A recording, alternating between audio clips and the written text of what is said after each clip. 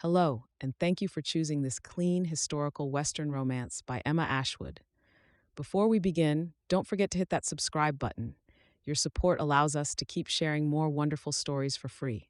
So grab a cozy spot, kick back, and let this story whisk you away to a different time and place. Enjoy. Copyright Emma Ashwood. Whispers of the West by Emma Ashwood, Chapter 1, 10th of February, 1876, Boston, Massachusetts. Sarah Wilkins shivered from the cold as she listened to the sounds of the night. In the distance, she could hear a group of men slurring while they held each other upright as they made their home together on foot. Every now and then she could hear a carriage approach before it passed overhead, completely oblivious to the desperate 20-year-old woman trying to get to sleep underneath. Sarah shivered again, out of fear this time, rather than due the cold of the February snap. She didn't know what dangers the night held, but she knew none of them would be pleasant if they found her. She had never been this cold or terrified before, and yet she had nothing and no one to turn to. Curled up under the bridge, using her carpet bag as a pillow and a few dry newspapers as a blanket, she tried to settle down for the night. But fear and memories kept haunting her mind. It was hard to believe that a little over 2 months ago, everything in her world had been right. Both Sarah and her parents had worked at a slaughterhouse, earning good wages. The wages had been good enough for them to pay their rent, go to bed with full bellies, and to be able to buy new winter coats when needed. And then the cough had come. First, it had been her mother. The coughing had come like a thief in the night, a scarlet rash covering her skin by day 3. Then the fever had come. Sarah had done everything she could to care for her mother, but no chicken broth, damp towels, or prayers had been enough to save her mother's life. They had buried her mother on a cool February morning. It had been beside her mother's grave that her father had coughed for the very first time. Realizing that her father had the same illness, Sarah hadn't gone to work, but instead had stayed home to care for her father. Sarah couldn't help but wonder that if she had stayed home to care for her mother, that perhaps she would have still been alive. She wouldn't make the same mistake again. Although the illness dragged on a little longer with her father, after 3 weeks of fever, chills, delirium, and that scarlet rash, her father faded away, no longer even an echo of the man he had once been. Sarah lost him during the night, holding his hand with tears coursing over her cheeks.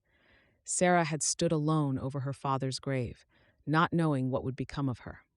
She had returned to the slaughterhouse the very next day, not sure if she would be able to afford to pay her rent on her wages alone. But she had to at least try. It had been a little more than a week after her father had passed away when Sarah had been woken in the middle of the night by the itch on her skin. In the dim light of the moon filtering through the window, Sarah had recognized the deadly rash. She had gone out the next morning and bought enough supplies to last her for the time it would take for the illness to eventually ravage her, certain that she wouldn't survive. Although the illness had been brutal and intermittent moments of consciousness few, it hadn't given Sarah the relief she had hoped for, the welcome relief of death and to be reunited with her parents. Instead, after 3 weeks, she finally woke up one morning to find both the fever and the rash gone. She would never know why it hadn't stolen her life like it had stolen that of both her parents, but it had stolen everything else from her. She had returned to the slaughterhouse, only to learn that she had been replaced and that she was no longer needed. Desperate and upset, she returned to the apartment in the slums of Boston, only to find herself evicted.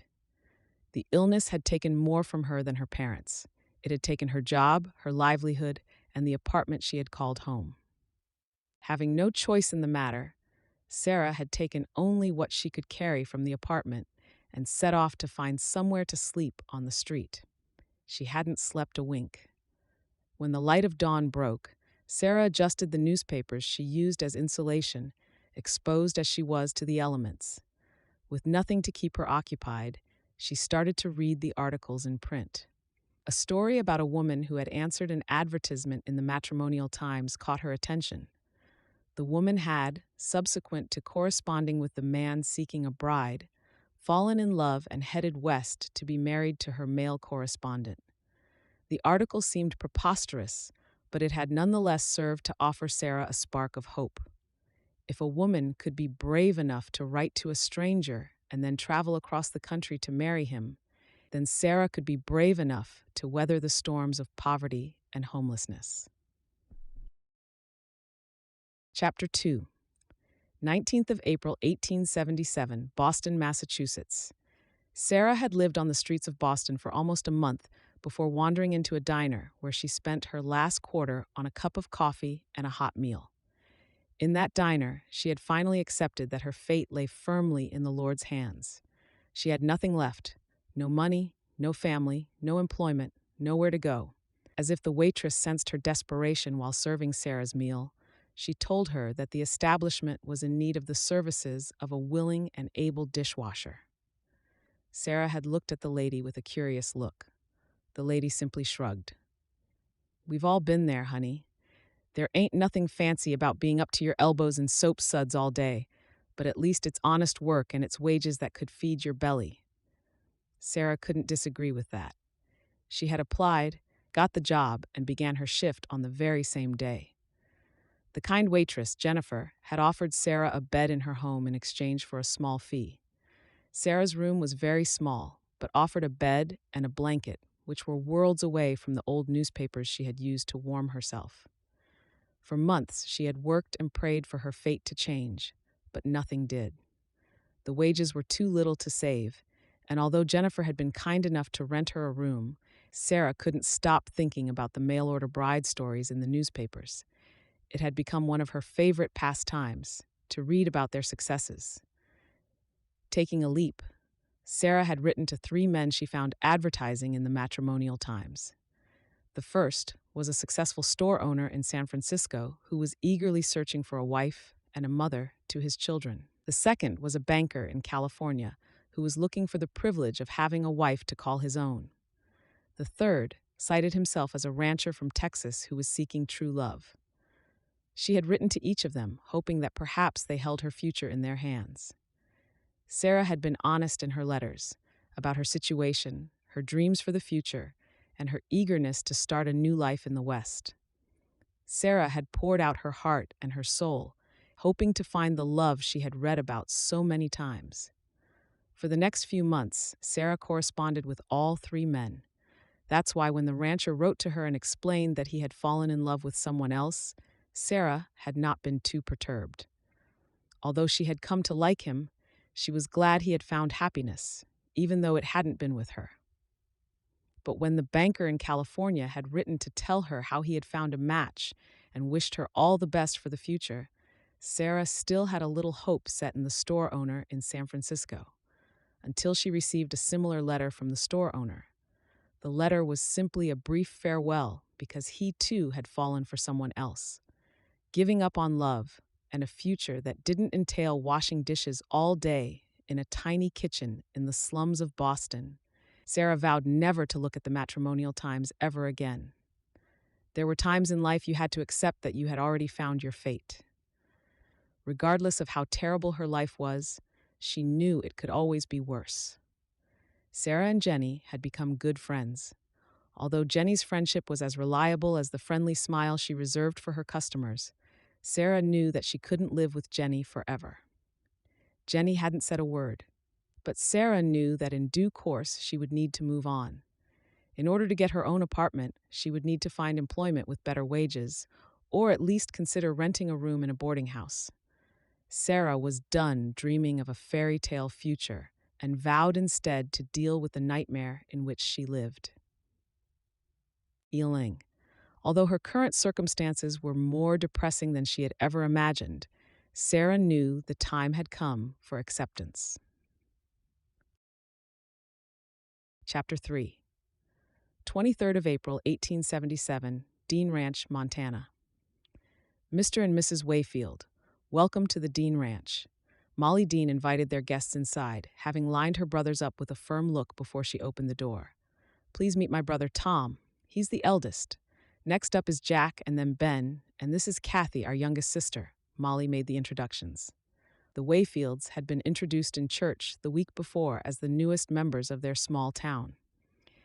Mr. Wayfield would be taking over the small schoolhouse in town, which brought great relief to the town's parents, as the town had been without a teacher for the last year.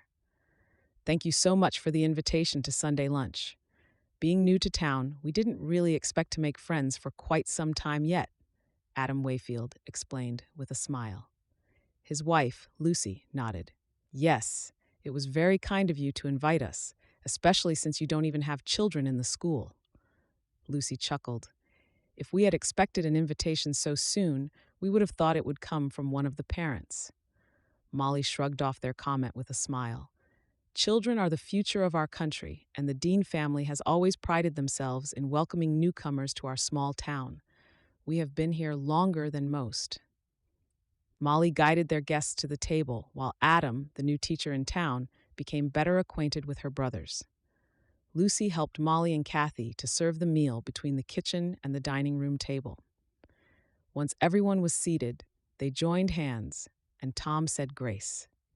Molly smiled at her eldest brother, who was at his place at the head of the table, and wondered if he realized how much he reminded her of their late father. As everyone helped themselves to food, Adam turned to Molly with a curious look. "You mentioned how the Dean's family have been in the area longer than most?" Molly nodded. She prided herself on her family history in the West.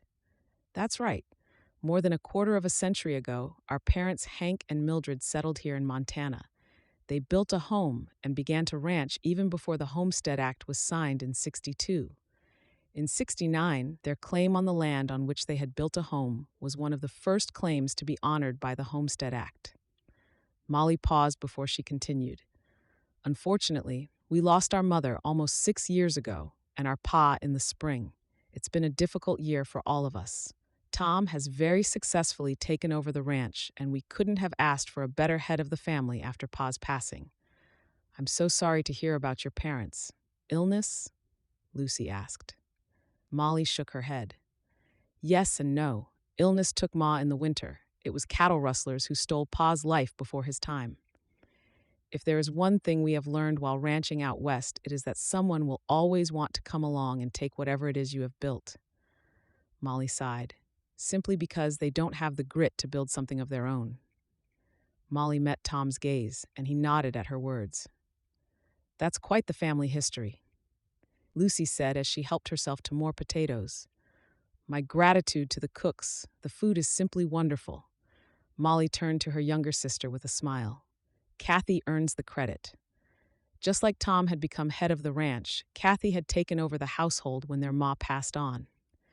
Molly smiled as she glanced around the table and felt grateful to have her siblings beside her. Every one of them was blessed with a very different personality, and each brought their own unique quality and outlook to the ranch and their future on it. They got along for the most part and all worked the ranch equally. Her brothers took on most of the grunt work when it came to the cattle, but together Molly and Cathy kept up the homestead and the kitchen garden and made sure the family was always clean, fed, and clothed. For now, we are very grateful for the house that the mayor has given us use of in town. Perhaps in time, Lucy and I might consider homesteading as well." Adam smiled at his wife before glancing around the table. Lucy laughed and shook her head. "You're very optimistic, considering I'm terrified of snakes, know nothing about horses and cattle, and wouldn't know the first thing about building a home." "If and when you decide to embrace homesteading, we'd be happy to help." Tom spoke up for the first time with an offer of assistance. Molly nodded in agreement. "Yes, we'd be happy to help." "And all of you are yet to find love?" Lucy asked curiously as she glanced at the Dean siblings around the table. Snickers and laughter floated over the table. It was Jack, the second eldest, who finally answered Lucy. "If you haven't noticed, the town's quite small, and the ranch is quite big. There ain't much time for courting a girl. Besides, right now we've got each other, and when that changes, I'll be the first to embrace it." Lucy smiled at his answer. "That's an admirable way to look at it." Lucy smiled at her husband. "But when the right person does come along, just remember, there is nothing more rewarding in the world than finding love." Molly, at the age of 20, glanced at Tom. He was almost 25 years old and had yet to find himself a wife.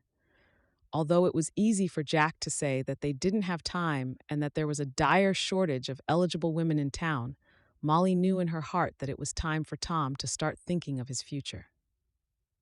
The only problem was that she had no idea how she was going to convince her brother of that fact.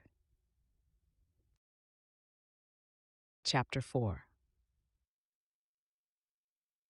When the Wayfield couple left in their wagon for town, Cathy offered to clean the kitchen while Jack and Ben headed out to check on the cattle. Molly brewed a fresh pot of coffee before she joined Tom on the porch, where he sat looking out over the land. She couldn't help but sympathize with her eldest brother. Ever since the death of their pa, Molly could see the heavy burden that her brother had taken on his shoulders. He spent all of his time working on the ranch and protecting and providing for their family. Ever since encountering the murderous cattle rustlers, Tom was more determined than ever before to protect their family. Even now, although he seemed at ease, the shotgun was leaning against his chair and his eyes were peeled for any sign of trespassers or danger. Molly appreciated his dedication to the family, but she couldn't help but wish that just for once Tom would show that same dedication to his own future. She handed him a cup of coffee and offered him a curious look. "What are you thinking about?" Tom shrugged. "About the Wayfields. It was nice of you to invite them over to lunch. They seem to be kind people." Molly couldn't help but laugh. "Although I appreciate your words and I agree with them, I know that was not what you were thinking." She sobered and searched his eyes. "What's on your mind, brother?" Tom took a sip of his coffee and let out a quiet sigh. "I was just thinking about the ranch and hoping that one day we can expand, as Pa dreamed of doing." He paused for a moment. "One of our last conversations had been to that effect.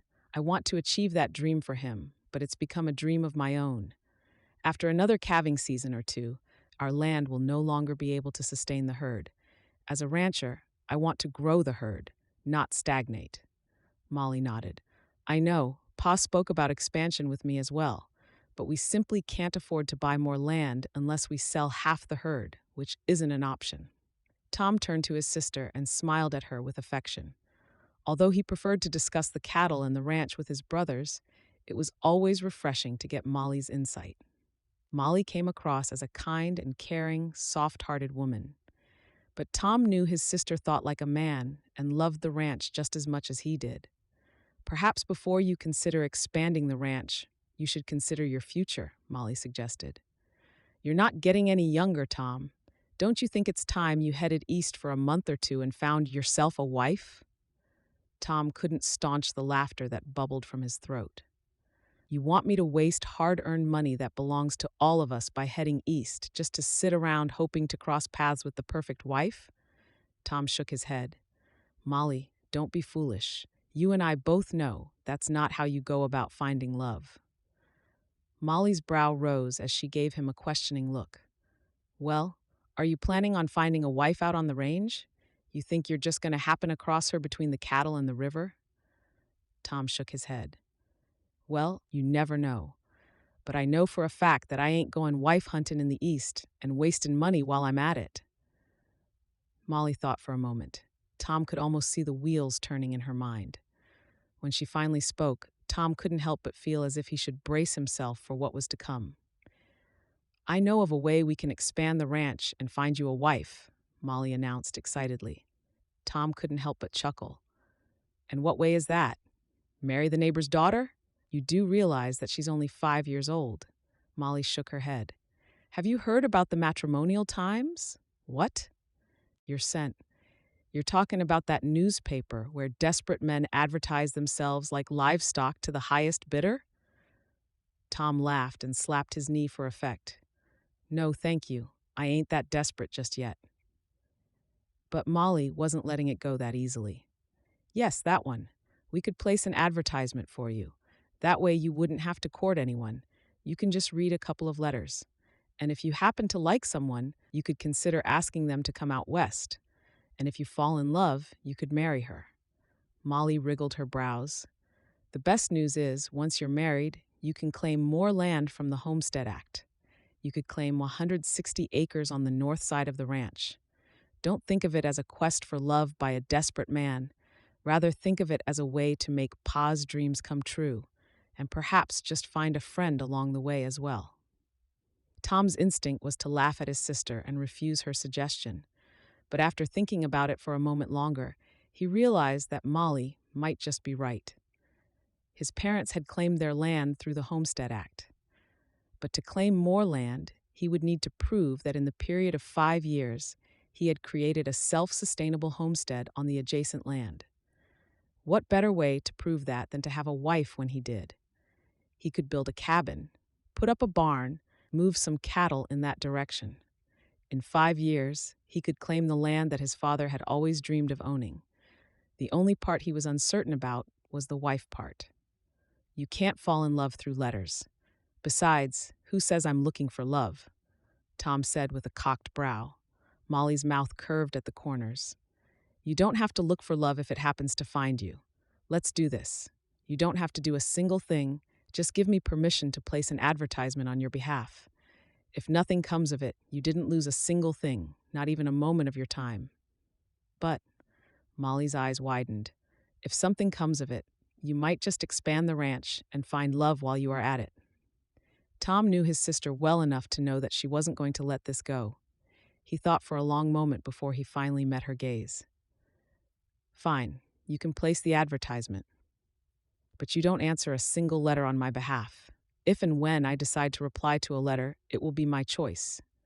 Molly pretended to draw a cross over her heart. I promise. Tom couldn't help but laugh. I have a feeling this is going to be terrifying, at least for me. Molly laughed as she gathered their cups. I have a feeling this is going to be great fun. Besides, miracles do happen. Perhaps you'll find the love of your life. Tom shook his head as Molly headed inside. He wasn't sure about the fairy tale world in which his sister lived, but for just a while, he would play along and see what came to pass. Chapter 5. 15 May 1877, Boston, Massachusetts. 3 weeks later, Sarah finally admitted that she could never accept the terrible hand that fate had dealt her. If her sole purpose in life was to wash dishes from sunrise until sunset and beyond in a grimy kitchen, then she'd rather not live at all. She appreciated the job and the ability to feed and clothe herself, but there had to be more to life. After a long day in the kitchen, her hands were wrinkled and white from being submerged in water for most of the day. Her nails were brittle, broken, and all but destroyed by the detergent and scrubbing, and not even cream or lotion seemed to ease the constant burning. When she requested a gentler detergent, she simply received a stern look, indicating for her to shut up and work without so much as a single word ever being spoken out loud. Jennifer had become a good friend to Sarah, but even Jennifer seemed to grow tired of the demands of the owner. The coffee was always too cold, the service too slow, and apparently Jennifer's smile wasn't even good enough anymore. It seemed fatigued. She arrived home to Jennifer poring over the pages of a publication and felt her heart twinge when she saw the nature of the newspaper that held her attention. The Matrimonial Times. Sarah had told Jennifer about the Matrimonial Times and her useless pursuit of trying to find a husband and a fresh start in the West. It was for that reason that she hadn't expected Jennifer to be looking at the same option as a way out of the lives in which they found themselves. Hadn't Sarah made it clear that it was a waste of time? I'm sorry that I didn't wait for you. I had to stop at the store first, Jennifer smiled by way of greeting. Sarah shrugged. Don't worry, you would have waited a long time. He wanted a complete scrub down of the kitchen. Again? But didn't you do that 2 days ago? Jennifer asked, concerned. Sarah nodded. He wanted it again? I'm sorry, Sarah, Jennifer sympathized. Come, sit with me and help me find someone to write to. Sarah glanced dubiously at the Matrimonial Times. Jennifer, that's a bad idea. You'll only get your hopes up to be disappointed in the end. Sarah shook her head. You just wasted your money, and now you're going to waste your time.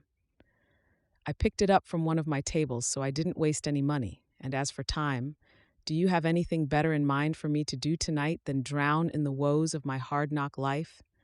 Jennifer cocked a brow. If we lose hope, Sarah, we've given up. and I'm not giving up on life. Not just yet. Sarah wanted to argue, but she knew well enough that Jennifer had a point. All that was keeping her from getting out of bed at the moment was a flicker of hope. A small flicker of hope that someday something would change. She let out a heavy sigh before she finally agreed. All right, but I'll need coffee. I'll get it. Jennifer jumped up and poured Sarah a cup of coffee, and then the two of them returned to the small kitchen table where they began to read, comment, and laugh over the advertisements. It was different perusing the advertisements with someone, Sarah realized. When she had read through them on her own, she had seen a sparkle of hope in each advertisement. But now, with the jaded view of a woman who had been let down, she laughed at Jennifer's reasonings for the advertisements and couldn't help but chuckle at the desperate ones. Here, look at this one, Jennifer pointed out. Kind man of able means seeking a wife to help rear his children. Room, board, and necessities will be provided in exchange for giving the children a warm, educational environment in which to be raised. Jennifer laughed. Talk about a free nanny. Gossity. Goodness, don't some of these men have any shame? Sarah laughed. Not a smudge, apparently. Although, Sarah mused, I might consider rearing his children in exchange for room and board after the day I just had. No, you won't. Somewhere in this newspaper has to be an honest man who is simply looking for love. Jennifer sighed hopefully as she turned the page. Maybe that page was taken by the people who left it on their table, Sarah pointed out. Jennifer shrugged. We're not done just yet. They laughed over a few more ridiculous offers of marriage before Jennifer all but began to bounce up and down in her seat. Here, I found one. I'm listening, Sarah said with a yawn. Expert interior decorator with training in France seeks kind-hearted woman to decorate his love. Pierre Jacobi has traveled the world, decorating homes, estates, and palaces. He has settled down in California, making a name for himself among the wealthy who have chosen to establish roots in San Francisco. Pierre is seeking a hard-working companion with an eye for the finer things in life. If you feel that you can bring color to Pierre's bland existence, don't hesitate to correspond with him. Sarah was about to laugh when she noticed her friend was all but swooning. Oh, Sarah, he sounds perfect, doesn't he? To understand the finer things in life, you have to know them. A man with taste, it's almost unheard of, Jennifer fawned. If you say so, Sarah hesitated. She hadn't imagined Jennifer would fall for a pretentious-sounding person such as Pierre Jacobi. And he's French. Well, at least his name sounds French, Jennifer continued. Sarah smiled warmly at her friend. You know nothing might come of it, but I have a feeling you're going to write to him anyway. I am, but first we have to find you someone. I told you, I'm not doing this again, Sarah warned. Jennifer's mouth curved into a pout. Please, Sarah, just this one last time, for me. Sarah let out a heavy sigh. Very well, but I'm not sure there is any advertisement in this newspaper that is going to catch my eye. Actually, there is, Jennifer said with a beaming smile. I found it before you came home. He sounds perfect for you. The only problem is that he lives on a ranch. I can't deal with dust and cattle, but you've mentioned in the past that you'd enjoy all the space. Sarah frowned as Jennifer paged to the very last page of the newspaper. Here it is. Tom Dean is a rancher of able means who has deep roots in Montana. He wishes to expand the family ranch to the adjacent land, but will need a wife in order to establish a claim. Brave, kind, generous, and fearless are how his siblings would describe him. As the head of the family, Tom understands the pressures and rewards of caring for others, and hopes to find someone for whom he can care and with whom he can build a life on this new property. He is looking forward to starting a family and to continue building the herd of cattle that has provided for his family for so many years. If you are willing to share your land with God's creatures, work hard long days, and want to build a life in the West, then Tom might be the answer to your dreams. He sounds wonderful, doesn't he? Jennifer asked hopefully. Sarah laughed and shook her head. He sounds too good to be true. Besides, he's not looking for a wife. He's looking for a marriage certificate with which to expand his land. And to start a family. It's perfect, Sarah. Just consider it, please. Jennifer stood up to retrieve paper and a pen from the writing desk, leaving Sarah lost in her own thoughts. Sarah read the advertisement over and over again, remembering how devastated she had been the last time she had used the Matrimonial Times as a vessel toward future happiness. She was about to give up all hope when Jennifer slapped a sheet of paper and a pen down in front of her. "Last time, I swear." Sarah wanted to argue, but arguing would take longer than just writing the darn letter. By candlelight, Sarah and Jennifer wrote to the gentleman in question. Jennifer had stars in her eyes and hopes for the future, whereas Sarah never expected to hear from Tom Dean in response to her letter. But for a brief moment, she allowed herself to imagine how wonderful it could be if he wasn't too good to be true. Chapter 6. 5th of June, 1877, Dean Ranch, Montana. Tom walked into the house and hung his hat behind the door. Winter had crawled back into her cave and allowed the heat of spring to be unleashed. It fascinated Tom how some days could be colder than the inside of a glacier on the range, while other days felt as if the sun was streaming beams right at him. It wasn't even summer yet, but after today, Tom knew it was going to be a hot one. He walked straight to the water canteen in the kitchen and took a long drink, allowing the water to hydrate his body. He had stayed with the cattle for almost 2 hours after his brothers had returned home to make sure from a distance that a heifer had no problems giving birth to her first calf. Only once the calf was suckling on his mother did Tom retreat and head back to the homestead. His brothers were sitting in the living room discussing the quality of the pastures after the winter, while Cathy was finishing up dinner. Molly sat at the table with a stack of letters beside her. Curious, Tom walked over. "What's all this?" "Your admirers," Molly said, wriggling her brows as she smiled up at him. "You didn't think anything would come of it, but look and see here. 18 viable women, all eager to hear from you." "Viable?" Tom asked with a confused frown. "There were 9 that I tossed away. The terms soiled doves, desperate widows, and running from the wolves don't even begin to describe their situations," Molly explained. "And these aren't desperate?" Tom chuckled. "Come on, Molly. A woman has to be desperate to write to a strange man." Molly shook her head. "There is a difference between wanting to use you and wanting to get to know you.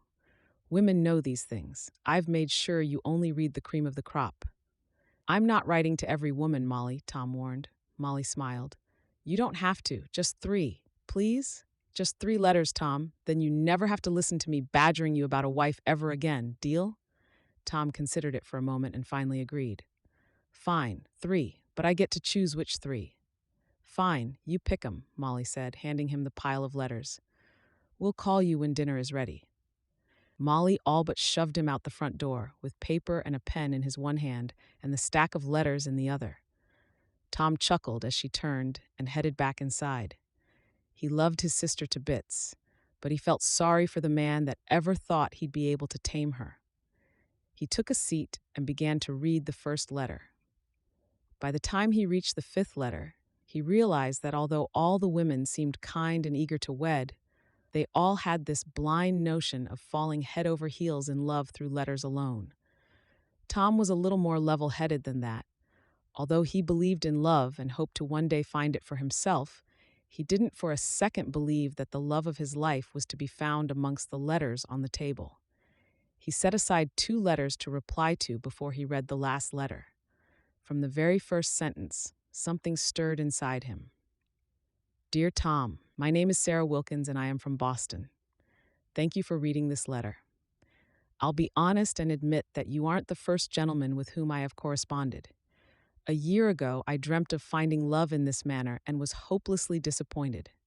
Although I hope for a better future, a family, and a place to call home, I doubt very much that I will find it through writing to strangers. To be really truthful, I am only writing to you as a favor to my friend. Now that you are aware of my skepticism, I'll tell you a little more about myself. A little over a year ago, I lost both my parents. We lived a good life. Not wealthy by any means, but we were fed and clothed and all worked long hours at a slaughterhouse near the waterfront. Fate had me contract the same disease that stole my parents from me, and although it didn't steal my life, it did steal my home, my employment, and most of my dreams. I now work as a dishwasher at a diner, spending most of my days up to my arms in soap suds, wondering what else life has in store for me and what turns of fate could make my situation even more distraught. I'm sure I'll never hear from you, so if this is the last time you hear from me, I would at least like to say this. Your ranch and your family sound wonderful. You are truly blessed to have a place to call home and siblings with whom to share your life. Your dreams of expanding your ranch and your herd and finding a wife to share it all with are admirable. Don't let go of those dreams, but don't let your dreams allow you to underestimate how blessed you already are. I will pray that you find the capable, caring, and hardworking woman you deserve, and that when you have her, you treat her with love, admiration, and respect. I will keep your family in my prayers and ask the Lord to bless you with many more years of having each other to turn to. My kindest regards, Sarah. Tom frowned as he reached the end of the letter. It was so brutally honest, and her outlook on life and her future were so jaded that for a moment, Tom couldn't help but wonder why Molly hadn't tossed this letter aside as well. But as he reread the words, he realized that perhaps Molly had made the same discovery as he had while reading the letter, that Sarah Wilkins wasn't expecting a fairy tale. She understood hard work and how it felt to have your dreams crushed by fate. She wasn't negative, she was rather a realist. If Tom had to choose between a starry-eyed woman dreaming of romance and happily ever after, and a realist who knew that life came with tough choices and hard times, he would choose the latter every single time. He reached for the pen and the paper and began to write to the woman who least expected to hear from him. Chapter 7. 12th of June, 1877, Boston, Massachusetts. You have a letter, Jennifer announced as soon as Sarah stepped through the door. They had walked home together from the diner, and Jennifer had been the first through the door. After noticing the envelope on the floor that had been slid under the door, she picked it up and held it out to Sarah. Go on, read it. I'm sure he's just writing to tell me that I'll never hear from him again, Sarah scoffed as she set down her bag. Don't be so negative. Come on. I'll put on a pot of tea while you imagine all the horrible things the letter will say, and then we'll read it together to prove you wrong. Sarah laughed. Your optimism is catching at times, but not this time. Jennifer had received correspondence from two of the gentlemen to whom she had written. Right now she was walking on a cloud of love and hope, and was too far off the ground to even realize that sometimes clouds evaporated into thin air. While Jennifer brewed the tea, Sarah drew in a ragged breath. She had been turned down, ignored, and even explained to in detail why she wasn't the right fit for a wife. What could Tom Dean from Montana possibly say to crush her confidence even more? For a moment, she was grateful that she didn't bother to include a photo of herself. Otherwise, she might have feared he would ridicule her appearance as well. Oh, come on, it's not going to bite, Jennifer said, joining her with the freshly brewed tea. Go on, open it. Suddenly, fear overwhelmed Sarah. She couldn't stand to be turned down again. Although she acted brave, she still bore the scars of her previous disappointments. Jennifer reached for the letter and tore it open. Fine, then I'll read it. Before she could grab the letter from her friend, Jennifer began to read. Dear Sarah, although you might perceive your honesty as off-putting, I find it very refreshing. In these times, people prefer to hide the truth or their true thoughts in hopes of being accepted or admired. But I, for one, value honesty more than any perceived truth. I am terribly sorry to learn of the loss of your parents and the subsequent loss of your home and employment. I can only imagine how hard it must have been for you to go through all of that alone. Having slaughtered quite a few cattle in my past, I can honestly tell you that I admire you for working in a slaughterhouse. It's gruesome, back-breaking work that only turns tedious once you think you're nearly done. Do not for one moment be ashamed of being a dishwasher in a diner. I admire that you are willing to do anything to feed and clothe yourself. Many others would have given up on life after much less than what you have suffered. I cannot attest to having faced the same challenges as you, but I can understand the loss of family. It's a loss no one can explain to you until you experience it for yourself. a loss that haunts you for the rest of your life, as the longing never completely goes away. Perhaps that is why I chose to correspond with you. We both understand loss and hard work, and that fairy tales only exist in the imaginations of young children. Real life is much harder, much less predictable, and much more challenging. If you wish to take on another challenge, I'd appreciate corresponding with you. I would like to warn you that I am also stubborn, often too quiet, according to my sisters, and at times I can have a temper when pushed too far. Now that you know of my shortcomings and you are thoroughly aware that I am not Prince Charming, I hope to hear from you again. Kindest, honest regards, Tom. Well, Jennifer exclaimed. That was a very honest letter. What did you write him? Sarah was too shocked to even respond to her friend's question. She had expected him to insult her and beg her never to contact him again. Instead, he found her honesty refreshing and appealing. Sarah was completely baffled. Sarah, did you hear a single word I said? Jennifer asked again. Sarah nodded. I did, and yes, it was very honest. Are you going to write him? Jennifer queried, all but bouncing up and down. Sarah's mouth began to curve. I actually think I am.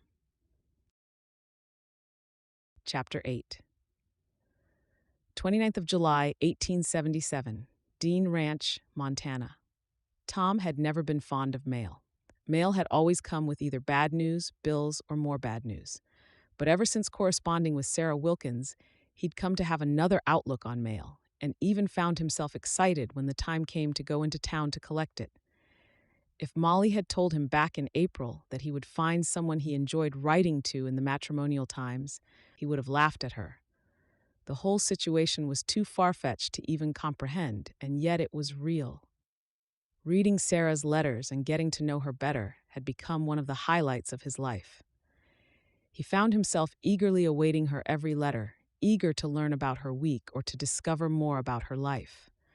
And when he wrote to her, it wasn't much different. He weighed every word and considered every phrase, wanting her to enjoy his letters as much as he enjoyed hers. It was a refreshing change from the monotony of ranch life and only having his siblings around to talk to. It had only been a few weeks since they first corresponded, and already Tom found himself eager to meet Sarah in person. Would she be as honest and open as she was in her letters, or would a face-to-face meeting show her to be shy and withdrawn? You seem awfully lost in thought, Tom, Molly said, joining him on the porch. It was a balmy summer evening on the range. Cicadas sung in the distance, even as a wolf howled to its mate. As the night creatures came to life, everything else began to settle down. Tom nodded. I am. Care to share? Molly prodded. Tom let out a sigh. It's this girl, Sarah. Sarah? Is that her name? Molly asked with a grin. I've noticed the letters, but I thought they might be from various women. Tom held her gaze with a guilty look. I never did write to 3 women. I just wrote to Sarah. Molly chuckled. Is that so? Might Sarah be the reason you've suddenly discovered a love for writing? Perhaps. She's different, you know. All the other letters were almost desperate, or the women had this notion of me being the Prince Charming to their fairy tale. Sarah, she's had it rough, and yet she's prevailed. She works harder than any of us and doesn't complain about it at all. She sounds fascinating, Molly said with a smile. Tom recognized the smile. What is it? Say what's on your mind, Molly laughed. Tom, you're the one that sounds fascinated. Do you think she might be the one? Tom scoffed. How am I supposed to know that? We can write to each other all we want, but can you really know a person through letters alone? What if I meet her and she's completely different? What if she lied about her age? I dunno. I guess I'm still a little cautious as to what may come of this. And yet, you're sitting out here instead of turning in, thinking about her, Molly teased. I guess, Tom shrugged. What do you think I should do? If you feel that your correspondence has reached a point where you'd like to meet her, then ask her to come to the ranch. Invite her for a visit. A visit? I can't expect her to leave everything just to come and meet me, Tom said, shaking his head. Then you go and visit her. We can manage things on the ranch without you for a few weeks, Molly offered. Tom shook his head once more. I'm going to propose to her. The words shocked him more than they shocked his sister. You're what? Molly asked, baffled. But you don't even know her. I know, but I have a feeling if I do know her, I will want to marry her anyway. I think it would be best to propose and invite her to come and stay at the ranch. There are enough of us living in the house for it to be proper. He percent. We can take some time to get to know each other before the actual wedding. That way, if she doesn't want to go through with it, I'll make sure she has enough for train fare and to get by for a couple of months until she finds her feet again, Tom reasoned out loud. Molly sighed and gave her brother a curious look. You really like her, don't you? I do, but as you said, our correspondence has come to a point where I'd rather meet her in person and see where this will go. If we are meant to be, and this will work out, we're only wasting time by not meeting each other. Her circumstances aren't of the best, so I'd rather bring her here and get to know her than know she's struggling. You care. Molly's wide-eyed look softened into a smile. I look forward to meeting her. Molly stood up and was about to head inside when Tom turned to her. I don't know if she'll even agree to come. Molly laughed. She'd be a fool not to accept your proposal and an invitation to come and visit. When the screen door slammed behind his sister, Tom wished for her to be proven right. He glanced down at the sheet of paper he had brought out earlier and knew that tonight wasn't going to end with yet another get-to-know-you letter. Instead, he was going to put his heart on paper and hope that Sarah felt the same way. Chapter 9. 12th of August, 1877, Boston, Massachusetts. If things keep progressing the way they have, I might just spend Christmas in San Francisco with a sought-after interior decorator. Jennifer swooned and fell back onto the bed with a smile plastered across her face. Sarah couldn't help but laugh. It was evident that Jennifer was head over heels in love with Pierre Jacobi, and she just hoped that Pierre felt the same way about her friend. Over the last few months, Sarah and Jennifer had become very close. Through the monotony of struggling from day to day, they found friendship and it fueled their hopes for the future. Did he propose? Sarah asked curiously. She hadn't yet opened the letter in her hand, too concerned about what was happening with Jennifer and Pierre. No, not yet, but he will. Jennifer sat upright and met Sarah's look of concern with one of hope. I can just feel it, you know. It feels right. Every time I read a letter from him, it feels as if we're moving forward and closer to a new life together. I'm happy for you, Jennifer. Really, I am. Sarah smiled warmly.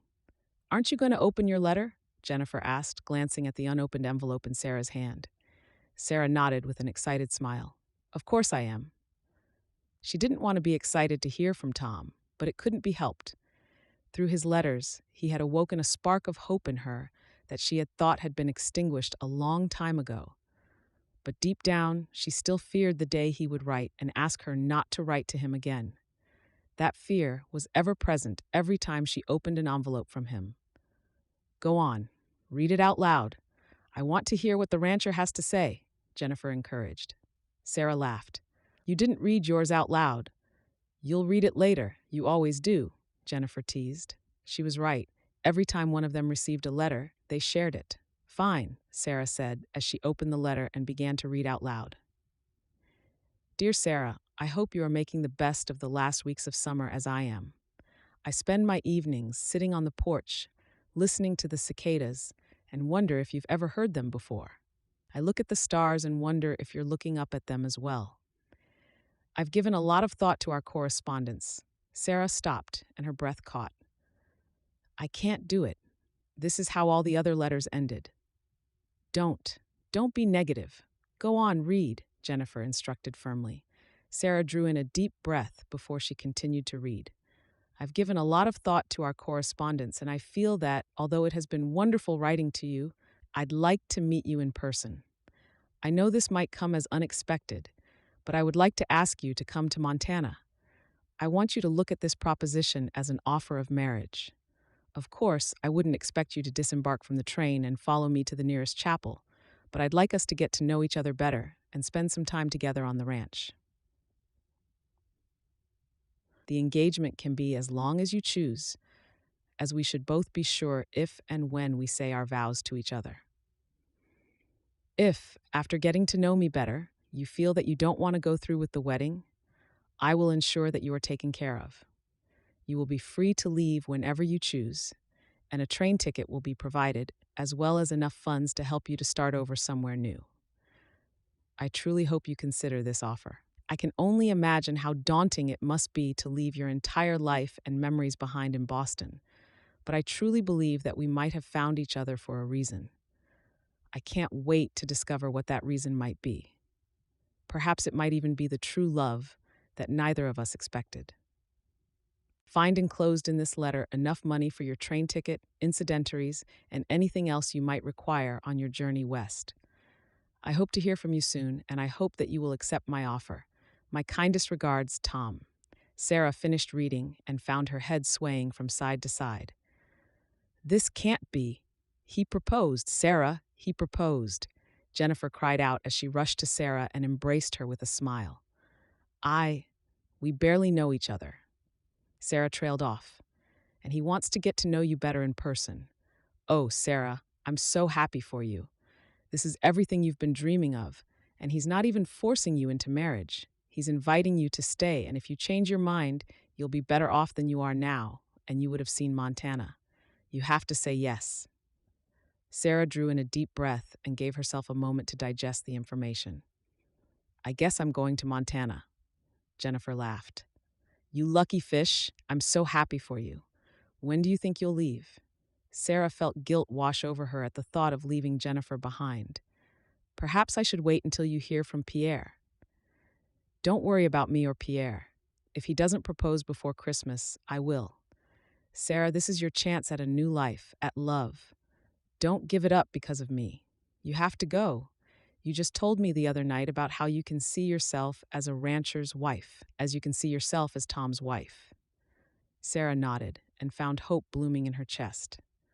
You're right, I did. In that case, I guess I had better start packing. The first train west is going to have me on it. They hugged and cried. Joy filled the small room, but at the same time a sense of loss hovered in the air. Because, although their future happiness seemed to finally be on the horizon, it would mean losing each other and the privilege of seeing each other every day. Chapter 10. 15th of August, 1877, Dean Ranch, Montana. Bless us, O Lord. Bless our food and our drink, and may it replenish our bodies with strength and health. Bless the hands that prepared the food, and please share with us the privilege of eternal life. Amen.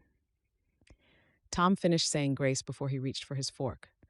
No, you don't, Molly said with a firm look. Molly, what crawled up your knicker? Let the man eat. Jack admonished his sister with a curious frown. He's welcome to eat, but first he has to tell you the good news, Molly insisted with a beaming grin at Tom. News? What good news? Ben, the youngest brother, asked curiously. Yes, what news? Cathy queried. Tom set down his fork and pretended to sigh heavily before a smile spread across his mouth. As of today, I am officially a taken man. As we speak, my fiancée is making her way from Boston to stay with us on the ranch. Your fiancée? Jack asked, baffled. Boston? Ben shook his head with a look of confusion. Where'd you meet? Cathy asked. Tom chuckled before he simply shrugged. It turns out that Molly here can be quite persuasive. A while back, she encouraged me to put an advertisement in the Matrimonial Times. I've been corresponding with Sarah Wilkins for the last few months and finally decided to ask for her hand. She'll be arriving in a couple of days. You sneaky hound, you, Jack said, slapping his brother on the back. How do you know you'll like her? Cathy asked, confused. What if she's old and gray? Ben teased. I have to trust that what she told me in her letters is the truth, and based on that, I trust that the rapport we have built can only grow into something more substantial when she gets here. Hopefully, we'll be married by Christmas. Tom, that's wonderful. I'm so happy for you, and I'm sure she's everything she said she is. I can't wait to meet her, Cathy said with excitement. Neither can I, Molly agreed. But before she comes, we'll need to change a few things around here. The cabin is large enough for each of us to have our own room, but we'll need to give her a room as well. So who's willing to bunk up? I can't bunk with Jack. He snores, Ben pointed out instantly. Ben's a neat freak. He'll drive me up the wall about the corners of my bed, Jack put in. Ben and I can bunk up, Tom suggested. Thank you, Tom, Molly agreed. Ben, are you fine with that? Yep, sure, Ben agreed. Good. Then in the morning we'll start moving your things to Tom's room. Cathy and I will need to give that room a good scrub down before Sarah arrives, Molly explained. I think we have some fabric somewhere. We can make her new curtains. Something with flowers, Cathy eagerly suggested. That's a wonderful idea, Molly agreed. When will she get here? Jack asked, turning to Tom. In 3 days, Tom explained. That means that we need to move the herd from the north pasture tomorrow. Sure, we can leave them there until winter before we move them again, Ben agreed. We don't have extra hands to help out. Do you think we'll manage? Yep, we'll manage. Just need to work together. I wanted to wait to do it on Saturday, but that will be Sarah's first day on the ranch. I can't leave her to her own devices. Tom turned to his sisters. Don't know if she'll still be here when I get back, if I leave her with these two. The brothers all chuckled at the teasing. We'll play nice, Molly promised. Besides, it will be rude to ride out on her first day here. Then we'll do it tomorrow. Anything else need to be done before she gets here? Jack asked. You might want to fix the third step leading up to the porch. I saw it's got a crack in it. Might want to check around the yard for snakes as well. She's from the city and won't find snakes too entertaining, Molly pointed out. You want us to check the wilderness for snakes. Molly, that's taken it a little too far. Fine, just around the house then, Molly resigned with a sigh. I'll do the laundry tomorrow, so I won't have to do it over the weekend. Cathy suggested. Great, then all that's left to do is to turn Tom into a handsome future husband before then. Molly turned to Tom with a firm look. You ain't gonna cut my hair again, are ya? Tom complained. You look like a mountain man with a bushel over your head and a forest growing on your face. You're darn right, we're gonna cut your hair and shave your face, Molly said firmly. Don't want to frighten away the poor girl on arrival. Jack chuckled. Perhaps that might be her first test, see if she's terrified of the rugged, hairy mountain man. Everyone laughed, but Tom knew Molly was right. He wanted to make a good first impression, especially since he had a feeling that he would be spending the rest of his life with Sarah. Ever since receiving her letter that morning, he couldn't help but feel excited. He wasn't sure if she'd accept his proposal, but now that she had, he couldn't wait to meet her. Chapter 11. 19th of August, 1877, Dean Ranch, Montana. Sarah had only known Boston her entire life. What she had known about the rest of the country had either been through hearsay or from newspapers. She had painted a picture in her mind of what the country would look like once you traveled outside of Boston, but not even her vivid imagination could have prepared her for the sights she saw while riding the train from east to west. She had witnessed mountains taller than she ever could have imagined. From her humble seat on the train, it appeared as if they almost touched the clouds. A few times, she found herself wondering what it would feel like to stand on the peak. Would she be able to see heaven from up high? Then there were the creeks and the rivers just brimming with life. Apart from the fish that swam in the streams, there was all the life surrounding it. Wildlife came to sup from the banks, and once she'd even see a bear slap at the water as she fished. It was untamed, untouched, and irrevocably beautiful. The beauty was something she hadn't expected at all. Danger, yes, she had expected that in spadefuls. Somewhere on the open plains, she had noticed a tribe of Indians watching them from horseback on a ridge. For the entire time they were in sight, Sarah had held her breath. She had expected to be scalped, captured, and tortured, and yet they simply watched. From all the horrific articles Sarah had read about the Native Americans, she hadn't expected them to look peaceful, which was exactly how they appeared from the safety of the train. Just as the landscape changed a little every day as they headed further west, so did Sarah's perception of the land. She was certain that danger lurked somewhere between the brush or behind the rock outcrops, but from where she sat, it offered freedom and space. The buildings weren't on top of each other. The stink of sewers didn't taint the air, and the sky reached as far as the horizon instead of to the top of the next building.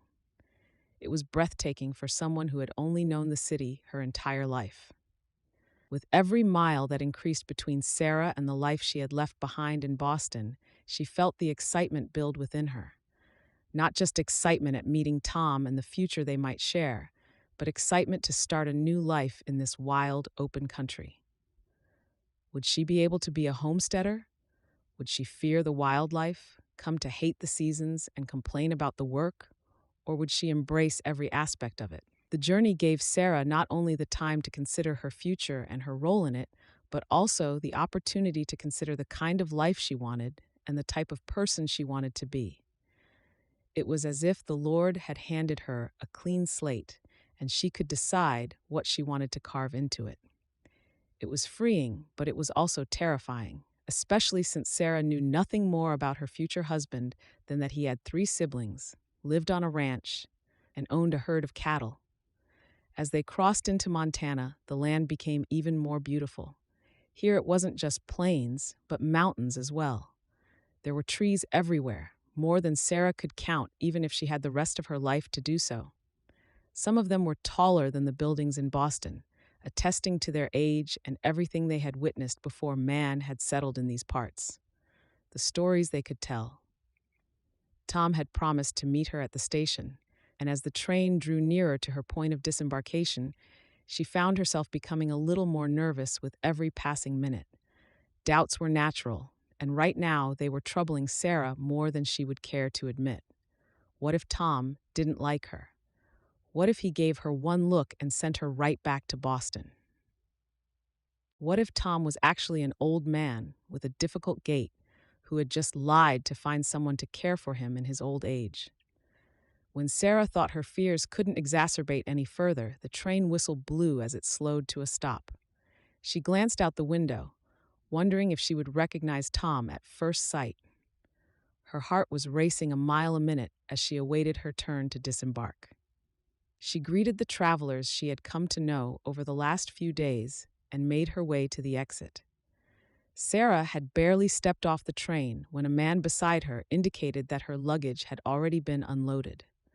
Her single trunk stood on the platform, representing all Sarah's worldly belongings. For a moment, she wished she had more to bring with her. She glanced around the platform and tried to identify Tom, but she didn't even know what he looked like. Her heart began to swell with grief as unshed tears burned her throat. Had she just come all this way to be abandoned at the train station? Miss Wilkins? 2 men approached her without Sarah even noticing. The one tipped his hat and inquired her name. "Yes," Sarah replied curiously. "I'm Ben, and this is my brother Jack," he began in an apologetic tone of voice. Sarah's mouth curved in recognition of the names. "You're Tom's brothers?" "Yes, ma'am. Come on, let's get you to the ranch," Jack said as he hefted her trunk from the platform. Sarah nodded gratefully. "Thank you. Where is Tom? I expected to meet him here." Ben and Jack shared a look before Ben turned to Sarah. "Molly will explain everything once we're at the ranch. We'd best get going. It's been a long day." Sarah frowned, but had a feeling that now wasn't the time to ask questions. It was barely noon, and yet it seemed as if Ben and Jack hadn't slept in days. Eager to get some answers, Sarah accepted Jack's help into the wagon, and they set off for the ranch. Sarah wasn't sure what was going on, but she knew something was amiss. Something felt terribly wrong. Chapter 12. After an hour of bumping along a dirt road, they finally passed underneath a sign that read Dean Ranch. Sarah smiled, feeling hopeful of her new future as the large log house came into view. It was larger than any home Sarah had ever seen in Boston. "Is that your home?" she asked curiously. Ben and Jack both nodded, but it was Ben who spoke. "Yup, built by my parents when they first settled here, and over time we've helped to add to it." Sarah admired the hilly pastures and the forest in the distance and gasped with joy when she saw a herd of cattle in a field. "It's beautiful." "Sure is," Ben agreed.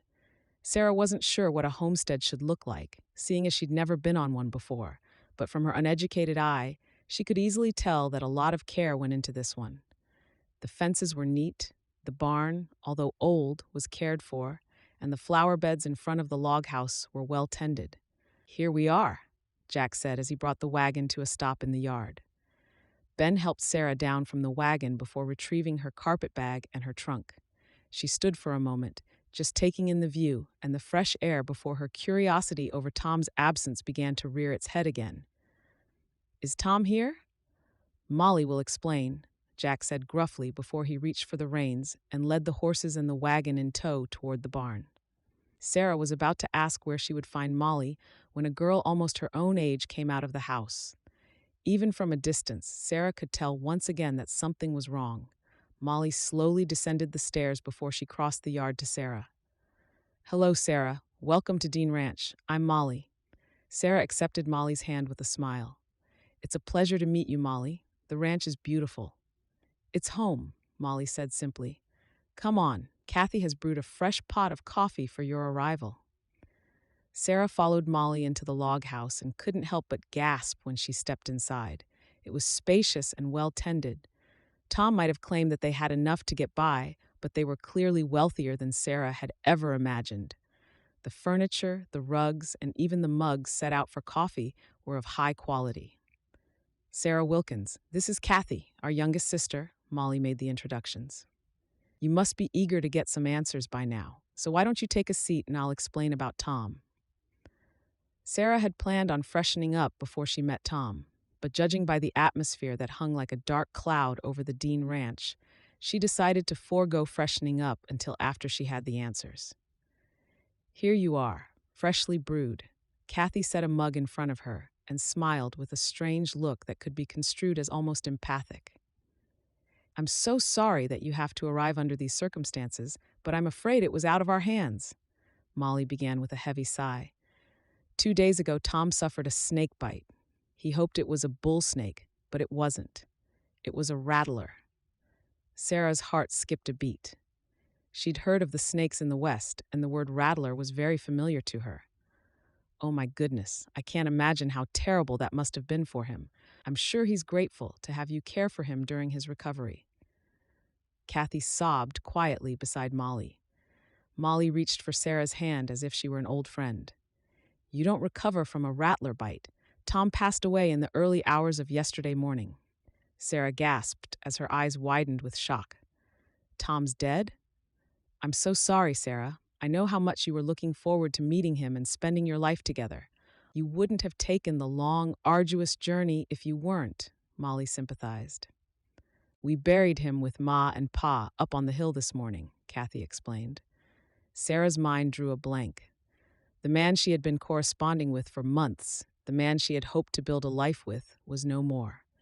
Suddenly, her entire future collapsed into thin air. "I'm so sorry for your loss." They were the only words that came to mind now that Sarah understood the heavy atmosphere and Tom's absence. "Thank you. We rest assured in the fact that he was a good Christian and that he's with our Maker. It's been hard on all of us." Molly sighed heavily before she brushed away a stray tear. "But that is neither here nor there. We have to accept the Lord's calling when it comes." Sarah nodded, unsure what her future would look like now. She had just traveled across the country with the dream of starting a new life with Tom, and now that he had passed away, she might as well be stranded on an uninhabited island. She couldn't afford to go back to Boston, and even if she could, how long before Jennifer would leave for San Francisco? She didn't have money, a home, or even employment. The dark hole that had sucked her in after she had lost her parents suddenly opened up the floor beneath her and began to drag her down. She had truly believed that for once she had found a glimmer of hope in the darkness that had become her life. And now the Lord had decided to squash that glimmer with the bite of a rattler.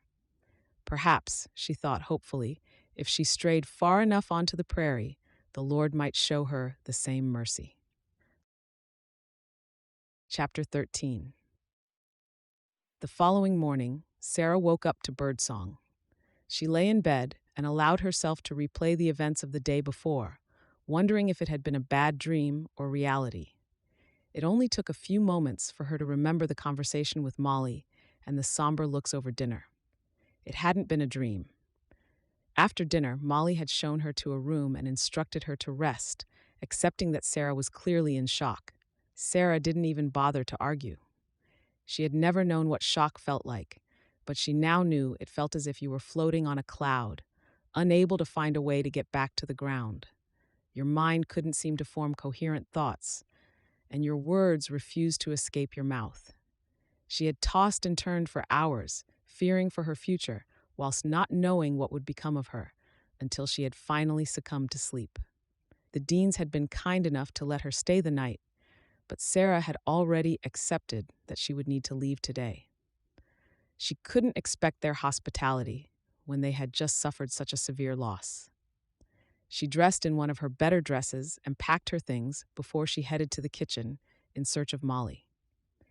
She would ask for a cup of coffee before requesting a ride back into town. Perhaps if she sold some of her dresses, she might be able to raise enough for room and board for a few nights. "There you are," Molly greeted her with a friendly smile when Sarah stepped into the kitchen. "How did you sleep?" "Good, thank you," Sarah lied with a smile. "You're not a good liar, that's a good thing. Don't worry, I don't think any of us slept well last night. We'll feel Tom's absence for a time to come yet," Molly sympathized. Cathy joined her sister and smiled at Sarah. "I made biscuits, bacon, and some fried corn if you'll have it. Thought a sturdy breakfast might be what you needed after last night. You barely touched your food." Sarah smiled gratefully as her stomach rumbled. "That sounds delicious." "Good, we were worried about you. You just sat staring straight ahead. Cathy wanted me to summon the doc from town," Molly informed her. "I guess I was just tired after the journey and the news about Tom." Sarah trailed off. "Understandably. Why don't we get some food in you while we talk?" Molly suggested. Sarah braced herself as she joined Molly at the table. She knew Molly would want to know about her plans that Sarah didn't have. Cathy set a large plate of food in front of Sarah, piled with biscuits, bacon, and corn. "Eat up." "Thank you, Cathy." Sarah smiled gratefully. She couldn't remember the last time she had such a good meal. The biscuits were baked to perfection, the bacon was crispy and satisfyingly salty, and the corn, goodness, the corn was simply amazing. Sarah had never tasted anything like it. "It's the bacon grease. I always fry the corn in bacon grease," Cathy answered as if reading Sarah's mind. "We were thinking," Molly began, glancing at Cathy before she continued, "that you should stay." Sarah set down her fork and met Molly's gaze with a baffled look. "Stay?" "Yes, we talked it over with Jack and Ben last night, and it's not right to ship you back off to Boston. Tom told me some of your background and your situation, and I can't let you go back in good conscience," Molly explained. "But I'm not your responsibility," Sarah pointed out. "No, you're not, but we could always use a little extra help around here. And besides, we've already made up a room for you. If in time you decide you'd rather leave, that's up to you. But for now, we'd like you to stay. Recover from the journey, take time to deal with Tom's passing, and then you can decide what you'd like to do next." Sarah shook her head. "Why are you being so nice?" "Because you would have married our brother," Cathy said simply. "That means in a way you're already family. We take care of our own." I don't know what to say." Sarah hesitated. "Say yes," Cathy said simply. "It's what Tom would have wanted." Sarah nodded before she excused herself from the table. "Would you mind excusing me for a moment? I think I need some air." Sarah escaped to the porch to have a moment alone with her thoughts. She knew she didn't really have any other viable options, but she didn't want to become a burden to Tom's family. She stepped outside and welcomed the cool breeze as she glanced out over the ranch. For a moment, she couldn't help but weep for the man she would have shared it with. "Do you think she'll stay?" Molly asked the moment Sarah closed the door behind her. Cathy shrugged. "I don't know, but I hope so. I like her. She seems strong and fragile, if you understand what I mean." "I do. She's been through a lot, but she has to have a backbone of steel to still be standing. I wish Tom had a chance to meet her." Molly sighed heavily. "We still have 2 brothers living and breathing," Cathy pointed out. "Perhaps if she stayed, one of them might take a liking to her." "Cathy, that's preposterous. You're matching one brother's widow with another brother," Molly pointed out. Cathy shook her head. "They weren't married yet, and from what I know, she doesn't have much to go back to. That way we can take care of her and perhaps still apply for the land grant as Tom had hoped." Molly thought for a moment before she finally frowned. You might have a point, but if she does stay, we won't interfere. It has to happen naturally. Cathy nodded in agreement. I agree. Hush, here she comes. The door opened and Sarah stepped back inside. She made her way to the table and took her seat. After drawing in a deep breath and letting it out slowly, she met Molly's gaze. I'll stay, at least until I know what the next step is. Molly clapped her hands in glee. That's wonderful. We were hoping you'd say that. Now eat up so I can give you a tour of the homestead. Sarah smiled for the first time, and Molly felt hope swell in her chest. The Lord always had a plan. Perhaps the plan hadn't been to find Tom a wife, but to bring Sarah to Montana. From here on out, Molly vowed not to interfere, but rather to watch the Lord's plan unfold. Chapter 14. October 1877, Dean Ranch, Montana. At first, Sarah had thought to stay on at the Dean Ranch just until she knew what her next move or destination would be. She never imagined that she would adjust to life on the ranch as easily or enjoy it as much as she did. The first week she had spent around the house helping Molly and Cathy with household chores, but she soon began to wander a little further. She began to help weed the kitchen garden and help in the barn, and then she discovered the horses. Sarah had always been terrified of horses, fearing for her life when the large beasts thundered into the yard every afternoon. But she soon realized that the large beasts were in fact gentle giants. She found herself eager to spend more and more time with them. As she did so, she became more curious about their work with the cattle. As her first month on the Dean Ranch drew to an end, Sarah knew that for as long as she was welcome on the Dean Ranch, she wanted to stay there. Sarah had fallen in love with the wide-open spaces and the endless horizons. She had fallen in love with the trees and the dirt that produced such bountiful harvests and grazing for the cattle. But if she wanted to stay on the Dean Ranch, she realized there was one dream she wanted to realize. At first, she didn't even mention it to anyone, fearing that they would think her foolish for even considering such a feat. But one afternoon, as Jack returned from a day on the range, Sarah had gathered her courage and waited for him by the barn. She had explained to him that she didn't just want to be helpful in the house and around the yard, but that she would love to be able to help with the cattle as well. Of course, Jack had laughed at her at first, but when he realized that she wasn't joking, he had offered to teach her how to ride. In the corral beside the barn, Sarah had fallen off more than she cared to count. She had scraped her knees, bruised her elbows, and even twisted her ankles slightly. But every time she had climbed back onto the horse and tried again, she had seen that this had not only gained her Jack's respect, but also earned Cathy and Molly's support. Although both sisters could ride, neither dared to ride out to the cattle on the range, claiming it was too dangerous.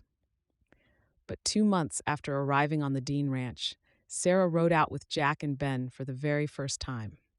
She had been terrified of falling off her horse and being trampled by the cattle. But the moment the horse had cleared the field and started rounding up the cattle, which it was bred to do, Sarah had never felt more empowered and alive than ever before. Sarah enjoyed every minute of being out on the range. She was like a sponge, eager to soak up information about the dangers, the possible problems, and anything she didn't yet know about the cattle. Today, she had traded in one of her dresses for a pair of pants, knowing that pushing the herd up to the north pasture would mean a full day on horseback. Although she had no problem riding in her dress, she had come to learn that a pair of pants was comfortable on long rides, regardless of the acceptability issue. After working with the herd for the last few days, Sarah had subconsciously started to count the numbers. She had come to recognize the cows and their calves. She had come to differentiate the cows from the heifers. She kept a fair distance between herself and the bulls at all times, still fearing being trampled or mauled into the ground, although Jack and Ben assured her it wouldn't happen. After noon, the trio stopped for lunch under a large tree to rest while the herd grazed nearby. Ben had set off with a fishing rod to a nearby stream, hoping to catch a trout for dinner. Grateful for the rest, Sarah leaned back against the tree, savoring the quiet. It was hard work to drive cattle, but it was hard work that she enjoyed more than anything she had ever enjoyed before. "When you first climbed off that train, I never would have imagined you on horseback," Jack said, taking a seat beside her. Sarah laughed. "Neither did I. When you asked me to teach you how to ride, I thought you were either going to kill yourself or become a nuisance on the range," Jack said, meeting her gaze. "But I have to admit you're more of a help out here than I expected. You must have had a good teacher." Jack presented a cheeky grin. Sarah had come to know Jack and Ben over the last few months and knew that their personalities were as different as night and day. Whereas Jack was outgoing, charismatic, and charming, Ben was the complete opposite. Ben was thoughtful, kind, and quiet, more often than not, both attractive in their own ways. Sarah smiled at Jack and shook her head. "I'd rather say you had a good student." Jack plucked a strand of grass and began to chew on it. "I thought Tom was crazy for asking you to come here, not knowing you and all. But I have to admit that I'm grateful that he did." Jack met and held Sarah's gaze. Sarah's heart skipped a beat, recognizing the words he didn't say. Just as she had become fond of Jack, it seemed Jack had become fond of her. "Just like I'm grateful for being here," Sarah admitted. "Meeting all of you, learning how to ride and how to live on the homestead. It's more rewarding than I ever imagined it would be."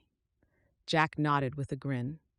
"Perhaps one day when we have the time, I can show you something even more rewarding. There is a creek not far from the house where you can laze under a tree while you have a line in the water. It's a great way to end a busy day." Sarah searched Jack's gaze and wondered if he was asking her what she thought he was asking. Did Jack want to spend time alone with her? She considered it for a moment and realized that was what she wanted as well, the opportunity to get to know Jack away from his siblings, to perhaps understand why her heart skipped a beat when he smiled at her. "I'd like that very much," Sarah finally replied, avoiding his gaze. She was afraid that if he looked at her now, he would see that the glimmer of hope that had once been crushed by the news of Tom's death was beginning to return. Chapter 15, 23rd of November, 1877, Dean Ranch, Montana. Sarah stepped out onto the porch and admired the first snowfall of the season. It was merely a light dusting, but it was nonetheless enchanting. She admired the view, appreciating its pure beauty. It seemed as if someone had stood over Montana the night before and had dusted confectioner's sugar over the landscape. Although it was cold, Sarah's heart was warm with joy at being blessed to be able to witness it. Inside, the fireplace crackled as flames danced over the logs, keeping the cabin nice and toasty. The wood stove was continuously stoked to ensure enough heat to boil water for something warm to ward off the cold. With the arrival of winter, the work on the ranch had slowed. The cattle were going to be moved up to the northmost field in the next few weeks, giving Jack and Ben a chance to catch up on maintenance around the yard. Yesterday, they paid special attention to the structure of the barn, making sure the barn structure and roof beams would be able to withstand the weight of the upcoming snow. Today, Sarah knew the same attention would be given to the cabin. The kitchen garden, which had once been harvested daily, was now covered in snow. The ground lay dormant until the next planting season. Inside the house, Cathy and Molly always had something they needed to do. Today, they planned on baking cookies for Christmas, which was only a couple of weeks away. Sarah heard the screen door open and Jack stepped outside, cradling a mug of coffee. Although they had shared numerous moments over the last month, Sarah was hesitant to open her heart to any feelings just yet. Not only did she feel it would betray Tom's memory to fall in love with his brother so soon after his passing, but she wanted to make sure her feelings were real. She wanted to make sure her feelings weren't just a guise to dispel her fears of leaving the Dean Ranch. If she fell in love, she wanted it to be real, and not just a false sense of security of having a home. "Lovely morning, isn't it?" Jack asked. Sarah nodded with a smile. "It's cool, but yes, it's lovely." They stood in silence for a while before Sarah headed back inside in search of heat.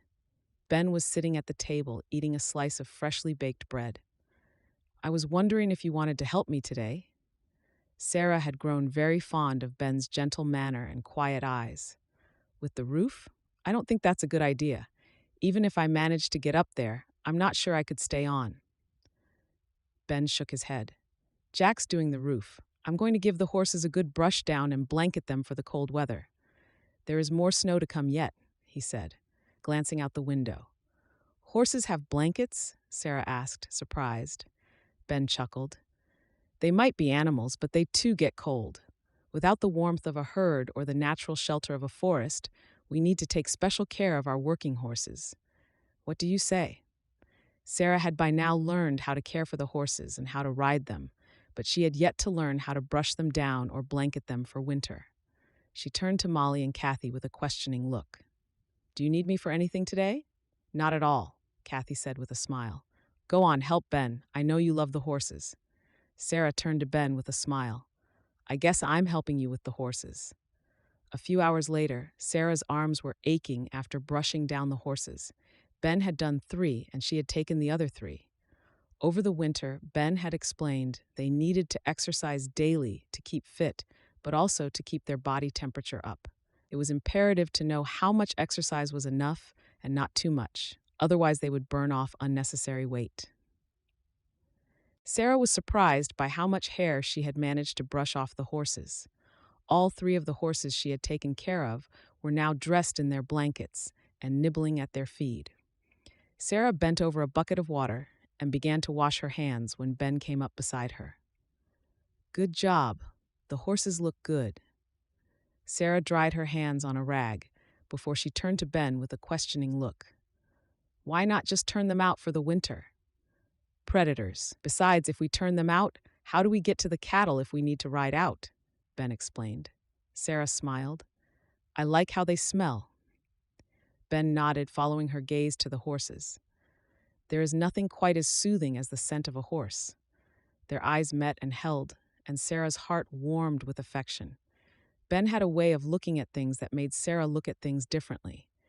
He had a gentle way about him that not only calmed the horses but calmed her as well. Where did you learn how to care for the horses like this? Sarah asked. My pa, Ben said simply. He loved the horses just as much as I do. Jack respects them, but he isn't as fond of them as I am. We each have our own strengths, Sarah agreed with a smile. You seem to have quite a few, Ben said as he brushed his thumb over Sarah's cheek. Missed a spot. Whatever the attraction Sarah had experienced with Jack, this seemed stronger. It felt as if Ben looked into her soul and touched her heart with his kindness. Surprised by the strong reaction, Sarah quickly took a step back. I better go see if Molly and Cathy need help. Ben nodded as he quickly looked away. Yeah, you do that. As Sarah made her way from the barn to the house, she couldn't help but wonder if Ben had felt the same unexpected reaction. Had it caught him off guard as well? As she walked onto the porch, she vowed not to act on her feelings until she was sure which were real. Surely she couldn't be attracted to both brothers? Chapter 16. 10th of February, 1878, Dean Ranch, Montana. December had come and gone without any unexpected occurrences. The Dean family celebrated Christmas in a very humble manner with a Christmas lunch during which each member expressed what they were grateful for. No gifts were exchanged, but instead only gratitude was accepted.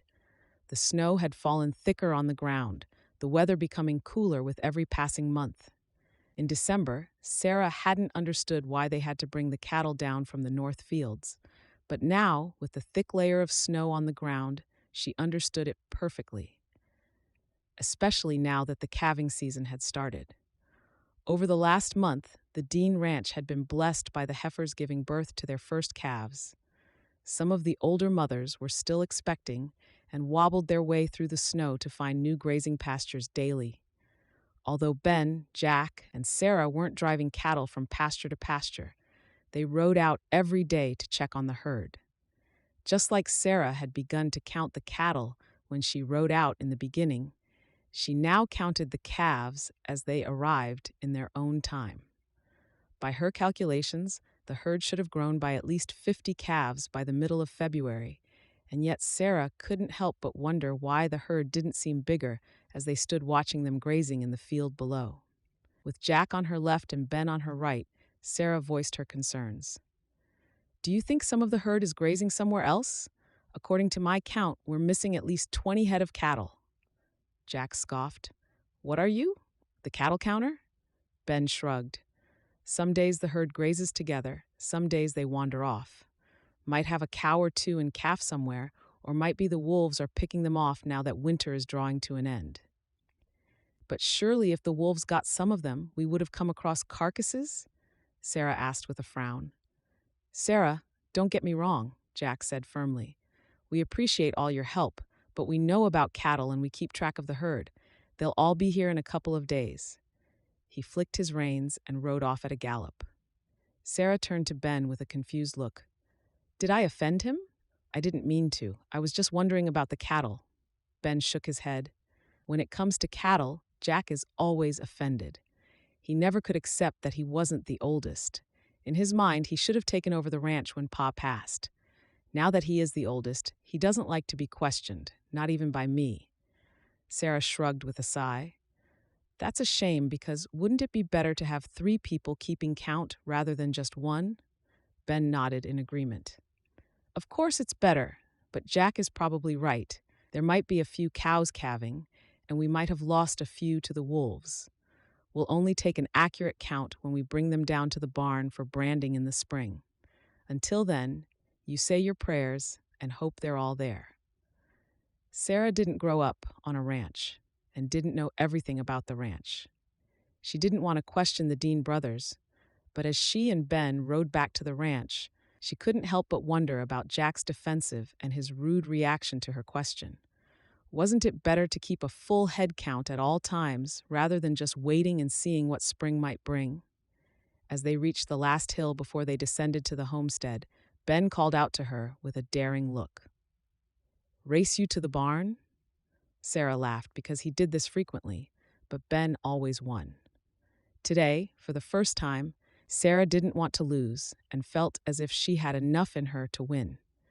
She kicked her horse, flicked her reins, and hung on for dear life as the horse set off. The wind tugged her hair free. It flew behind her as she raced past Ben for the very first time. When she stopped in front of the barn, Ben caught up a few seconds later. Laughter was bubbling from his throat. You did it. That means, now you can officially ride. Sarah smiled at Ben and felt the same heartwarming sensation as before. Something was growing between her and Ben, and she wasn't sure when she would have the courage to accept it. But for now, she loved every second she spent with him.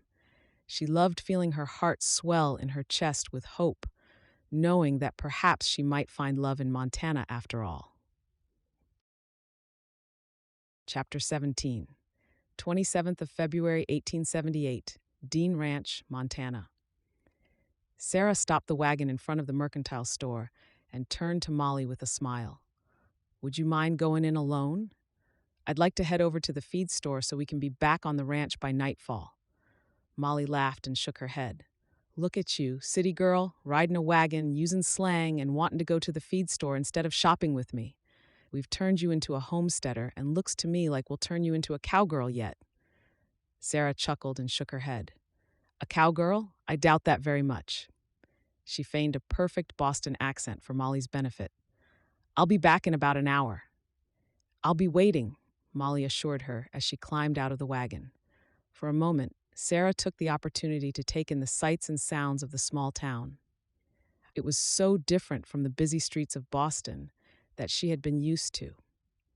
There had been a time shortly after her arrival in Montana when she had struggled to believe that she would ever manage to fit in with the ruffians and tough women who roamed the West. And now she called it her home. Molly was right. She would rather go to the feed store than pick out tinned beans in the mercantile store. She took the reins and called to the horse to move on. Winter was still in the air, its frosty wind biting at Sarah's cheeks, but luckily Molly had a homemade ointment that could remedy dry skin overnight. A short while later, Sarah stopped in front of the feed store and headed inside.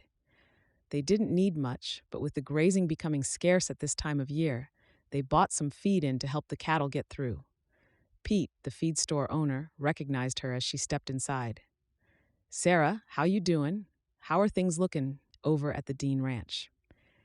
Just like almost everyone in town, Pete had never mentioned or asked Sarah about her engagement to Tom. Instead, everyone treated her as if she was family of the Deans and welcomed her as such wherever she went. "Hoping for spring, praying for summer," Sarah said with a smile, knowing that was the general answer this time of year. "You're adjusting. It suits you," Pete said, revealing a toothless grin. "What can I do you for today?" Sarah handed him the list Jack had given her. "Here you go." "Ready, get in on here," Pete called out to someone in the back. "You load this list up on Sarah's wagon. You hear?" Reddy, a freckled-faced boy of about 16, took the list and headed to the back. "You been moving cattle this time of year?" Pete asked Sarah with a curious look. Sarah shook her head. "Nope, just riding out to keep an eye. Why?" Pete scratched his head, seeming confused. "That's strange. Your neighbor on the east side of the ranch mentioned some tracks of a small herd going through his field last week. He thought it was you moving cattle for some reason to go to auction." Sarah frowned, baffled. "Why would we be moving cattle for auction at this time of year?" "That's what I said," Pete shrugged. "But Robert assured me the tracks came from your side of the fence. Better be on the lookout for cattle rustlers. Better yet, check your herd and your fences." Sarah nodded, promising to do just that. But an eerie feeling crept up her spine. She couldn't help but remember Jack's strange behavior when she mentioned that the herd was dwindling instead of growing with the new calves. "Have you or Robert mentioned this to Jack?" "Yes, ma'am. Robert says he spoke to Jack about it at the saloon on Friday night, and Jack was all offensive about it. Told Robert not to mention it to a single soul and that it wasn't none of his business." Prosody rate. Of course, in a town like this, everyone's business is everyone's business. Pete sighed. "I probably shouldn't have brought it up with a lady, though." Sarah offered him a kind smile. "I appreciate that you did. Thank you, Pete." "The wagon's loaded," Reddy called out from the back. "There you are, all loaded up. I'll put it on the ranch account for ya," Pete offered. "Thank you, Pete. You have yourself a nice day now." Sarah greeted the man and headed back to the wagon, lost in her own thoughts. Why wouldn't Jack want anyone to know about the tracks? And why had he been angry over her questioning the numbers of the herd? Something wasn't right, and Sarah couldn't help but wonder if Jack was involved. After fetching Molly from the mercantile, they headed back to the ranch. They talked about non-consequential things the whole way, but in the back of Sarah's mind, she was still curious about what Pete had told her. They arrived before sundown, and while the men unloaded the wagon, Sarah and Molly headed inside to wash up before dinner. All through dinner, Sarah watched Jack, trying to piece together what she had been told. If her worst suspicions were true, it would mean that Jack was selling off parts of the herd to cattle rustlers for his own profit. To make matters even worse and raise her suspicions even more, Jack excused himself after dinner to ride out to the cattle. "This time of night?" Ben asked, confused. "I want to make sure there ain't no wolves circling the herd." "Wolves don't hunt in the day, you know that," Jack explained gruffly before he grabbed his hat and coat and walked out of the house. Sarah turned to Ben with a curious look. "Is it usual to ride out at this time of night?" "Pa never did, and I sure as hell ain't." "You're searching for your death out there in the cold. Might be bears starting to come out as well." Ben sighed. "Jack's always been too clever for his own good." Sarah nodded without saying a word. Perhaps Jack wasn't too clever for his own good. He was simply too clever for his siblings to catch on to what he was up to. Chapter 18. 10 March 1878, Dean Ranch, Montana. On horseback, Sarah, Ben, and Jack looked down on the herd grazing in the valley. The snow had started to melt, which meant that the creeks were bubbling with a stronger stream. Mothers and calves grazed together, while the older cows and bulls grazed to one side of the herd. Here and there, you could see the stronger calves gallop and play in the field, as if they were just as excited about the change in the weather as Sarah was. It fascinated her how the calves that hadn't even seen a summer before seemed anxious for it to arrive. While Ben and Jack discussed when they would move the herd closer to the homestead, Sarah did her daily count. Without either of the brothers knowing it, she had started to keep track on a small sheet of paper over the last month. Once a week, she would notice the numbers fall regardless of the arrival of the new calves. She hadn't dared to mention it to Jack again, but the concern kept growing in her mind that something unsavory was taking place. More and more, Jack rode out at night under the guise of checking for wolves. And although Sarah hadn't gone to see Pete again, she had seen tracks in the snow leading to the east side of the ranch. "What do you think, Sarah?" Sarah memorized her count and turned to Jack. "Sorry, I didn't follow. I said we can bring them down in a month, give the calves time to fatten up first. That means bringing them down in the middle of April. Pa used to bring them down in the middle of March," Ben pointed out. "Well, Pa's not here and neither is Tom. I say we wait." Jack snapped before he flicked his reins and kicked his horse. He galloped off, leaving Ben and Sarah watching after him. "I swear that man's temper is shorter than a rattlesnake's tongue." Ben sighed and shook his head. Sarah had kept her silence until now, but Jack's behavior once again raised her suspicions. How much longer should she keep quiet? Ben wasn't a fool, but he trusted his brother. Would it be better to discuss her concerns with Molly, or was it time to tell Ben about her suspicions? "Sarah, what's on your mind?" "You seem worried," Ben asked, searching her eyes. Sarah paused for a moment before she spoke. "Mind if we take a walk?" Ben seemed caught off guard for a moment before he nodded and climbed down from his horse. Sarah did the same, and they tied the horses to a nearby tree. They walked a little way down the hill towards the herd before Sarah finally stopped. "Ben, it's probably nothing, but I can't help but be concerned," Sarah began as she pulled out the piece of paper she had in her coat. "What are you concerned about? You know we're happy to have you. Having an extra rider makes a big difference on a cattle ranch," Ben assured her. Sarah shook her head. "It's not that I want to leave, it's something else entirely." "I'm listening," Ben said, as a crease formed between his brows. Sarah began right at the beginning when she had questioned the herd's numbers more than a month ago. She told Ben about Pete and the tracks leading east, and how Jack had responded when the neighbor had asked him about it. Finally, she showed him the piece of paper. A month ago, the herd was 67 strong. There have been 12 calves born since then, and yet we're down to 65 today. That means that 14 cattle are missing in the last month alone. Ben's jaw began to clench. "I knew something was going on. I didn't want to admit it because it would mean my own brother's been stealing from us, but I knew it." "I'm so sorry, Ben. Like I say, I can be wrong, but it's just," Sarah trailed off. "Too many coincidences, and it would explain a lot about his behavior." "This stops today."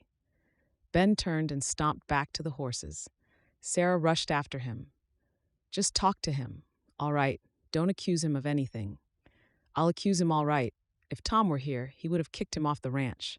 I have a good mind to do the same," Ben said firmly as he swung himself into his saddle. "You all right riding home on your own?" "Yeah, sure," Sarah answered before Ben set off for home at a gallop.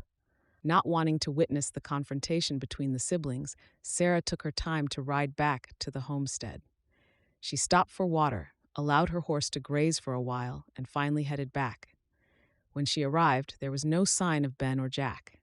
Sarah dealt with the horse and found Molly and Cathy in the kitchen. "Where are Ben and Jack?" Sarah asked carefully, not wanting to reveal that she was the cause of any spat. "It's Friday. Did you forget?"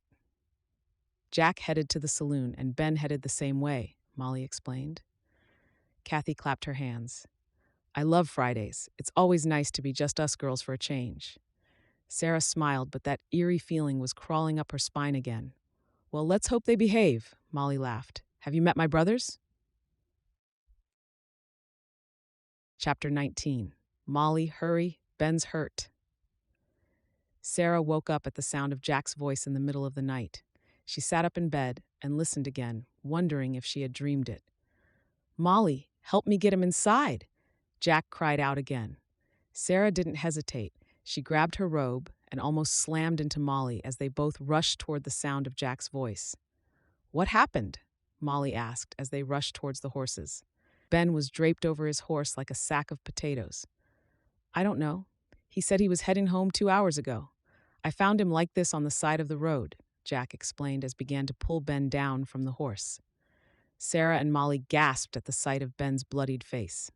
Jack slipped an arm under his shoulders, and without hesitation, Sarah did the same on the other side.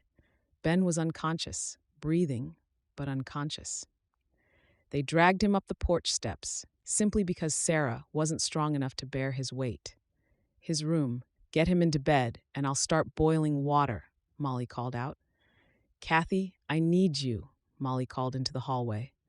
Sarah and Jack carefully navigated the furniture toward the hall until they reached the room that had once belonged to Tom. No one had slept there since his death, but Jack kicked the door open and carefully set his brother on the bed with Sarah's help. Pull back the covers. I'll get these bloody clothes off him and cover him up, Jack instructed her. Sarah did as she was told before she left the room to give Jack the privacy to undress his brother. She found Molly in the kitchen. Tears were streaming down her face, but she didn't make a sound. I found that Cherokee ointment Ma kept for emergencies, Cathy said, as she placed a tub of brown goo on the table. I've got some bandages and I don't know what else we need. What do we need? Cathy collapsed, sobbing over her brother's injuries. Why don't you go sit down? I'll help Molly, Sarah offered. She gathered some towels, more bandages, and a clean shirt, and then poured 4 spoons of sugar into a glass of water, hoping that they could rouse Ben enough to pour it down his throat. Through caring for her parents, Sarah learned the value of sugar water in emergencies. The water's warm enough. I've added some honey and vinegar. Molly picked up the bowl of water with a few white dishcloths that Sarah knew wouldn't be white when they were done. The door was open when they reached the bedroom. Jack sat on the side of the bed with his hat in his hand. Don't think he can come back from this, Jack said quietly. Molly gave her brother a firm look. Get out. You do not talk like that, not in here. We've already lost too much. We're not losing Ben too. Go, get out of here. Sarah was surprised by the anger in Molly's voice, but at the same time admired her for it. Jack stood up and walked out of the room with his tail between his legs and his head hung low. The moment they were alone in the room, they both turned to the bed where Ben lay unconscious. By the light of the lanterns, his injuries were even more severe than they had realized. He had a large cut over his right eye. His lips were swollen shut and his left cheek was bruised and bloodied. His nose seemed crooked and blood was still seeping from some of the cuts. That was just his face. Molly gasped and nearly dropped the bowl of water. Sarah caught it just in time. Breathe. Just breathe, Molly. He'll be fine. I'm sure of it, Sarah lied. Sarah moved around the bed and began to clean the cuts and abrasions on Ben's face. Carefully and methodically, she cleaned every single wound before she washed down his torso, which was stained with blood. He had a bruised ribcage, but other than that, his torso seemed fine. She dabbed on the ointment Cathy had retrieved, hoping it would work the miracles Cathy claimed it would. Sarah stood back and prayed for Ben's recovery. Only now, standing in front of him while he lay unconscious, with the possibility of him never waking up again, did Sarah realize that she had fallen in love with Ben. She had been flattered and charmed by Jack. But it was Ben who had stolen her heart without even trying. We have to do something about his nose, Molly spoke for the first time. I don't know what to do, Sarah admitted. Here, I saw Pa do it to Tom once after he broke it falling off his horse. Molly moved around the bed and firmly gripped Ben's nose. She twisted her wrist, and a crack sounded in the room for all to hear. Sarah flinched, knowing how painful that must have been for Ben. Ow, Ben moaned faintly. Here, the sugar water, Sarah said quickly, passing Molly the glass. Molly scoffed. Honey, he don't need no sugar, he needs a stiff drink. Molly rushed out of the room and returned with a bottle of whiskey. Here, let him sip some of this. It'll help for the pain and help him sleep. Sarah poured a little into a cup and held it to Ben's mouth. Here, Ben, try to drink. Ben flinched with every sip through his broken and swollen lips. When he'd had about 4 sips, Sarah took the cup away. There you go, now rest. Don't go, Ben said, snatching Sarah's hand. Molly smiled at Sarah and shrugged. I guess you'll be sitting with him tonight instead of me. Sarah didn't even bother to blush or argue. I don't mind one bit. Chapter 20. 15th of March, 1878, Dean Ranch, Montana. Sarah hadn't slept in her bed since the night of Ben's attack. She had sat by his bedside every night, keeping a close watch on him at all hours of the day and night. He was in and out of consciousness for the most part, jabbering things that Sarah didn't understand. Although Molly and Cathy offered to help, Sarah couldn't stand to leave Ben. She wanted to be there when he woke up, and she wanted to make sure that he was cared for. The swelling on his face had begun to subside, and the bruises were beginning to heal. He hadn't eaten anything except for a few sips of soup here and there, as well as the sugar water and sweet tea that Sarah offered him whenever he was awake. But the more Sarah sat at Ben's bedside, the more she wondered about the attack. She was the only one who knew about the confrontation the brothers would have had on Friday evening, so no one had any reason to suspect differently, but Sarah did. Jack hardly came to see Ben at all, and when he did, he didn't bother to come into the room. He would stand at the door and just ask if he was doing better before he set off again. Last night, Ben had been awake long enough to tell Sarah it wasn't an accident. This morning, she hoped he would wake up again. Just long enough to tell her more about why he didn't believe it was a coincidental attack. It was late morning when Ben finally began to rouse from his sleep. Sarah asked him about the pain before she offered him something to eat. Sitting up in bed with numerous pillows to support him, Sarah fed him stew. "This is about the best meal I've ever had," Ben said weakly when he finished the whole plate. Sarah smiled at him. "You haven't eaten in days. Right now, I'm sure stale bread would have been the best meal you've ever had." "Thank you," Ben searched her eyes, "for being here." He reached for her hand, and the warmth made her heart skip a beat. "Molly told me that you didn't leave my side." Sarah shrugged, feeling slightly embarrassed. "Of course I left your side, just not a whole lot." "For a while there, I was hoping not to wake up," Ben admitted. "I'd never had anything hurt so bad all at once." Sarah sympathized. "And you were pretty hurt. Do you remember anything about that night?" Sarah probed for the very first time. Ben sighed before he met her gaze again. "I wish I didn't." Sarah patiently waited for him to tell her what was on his mind. Clearly, it was hard for him to remember that night, as it had been hard for her to see him that injured. "What happened?" "I found Jack in the saloon and confronted him. That didn't go well, but I didn't expect it to. He denied everything." "Of course." Ben shook his head. "I remember having one ale before I decided to come home, knowing Jack wouldn't be honest with me. I just left town when I heard horses coming up behind me. The first blow knocked me right off my darn horse." "Ben, that sounds horrifying." Sarah felt tears burn her eyes. "It wasn't compared to the beating that followed," Ben said simply. "They thought I wouldn't recognize them, but I did. Cattle rustlers, the same ones Tom and I chased off last year."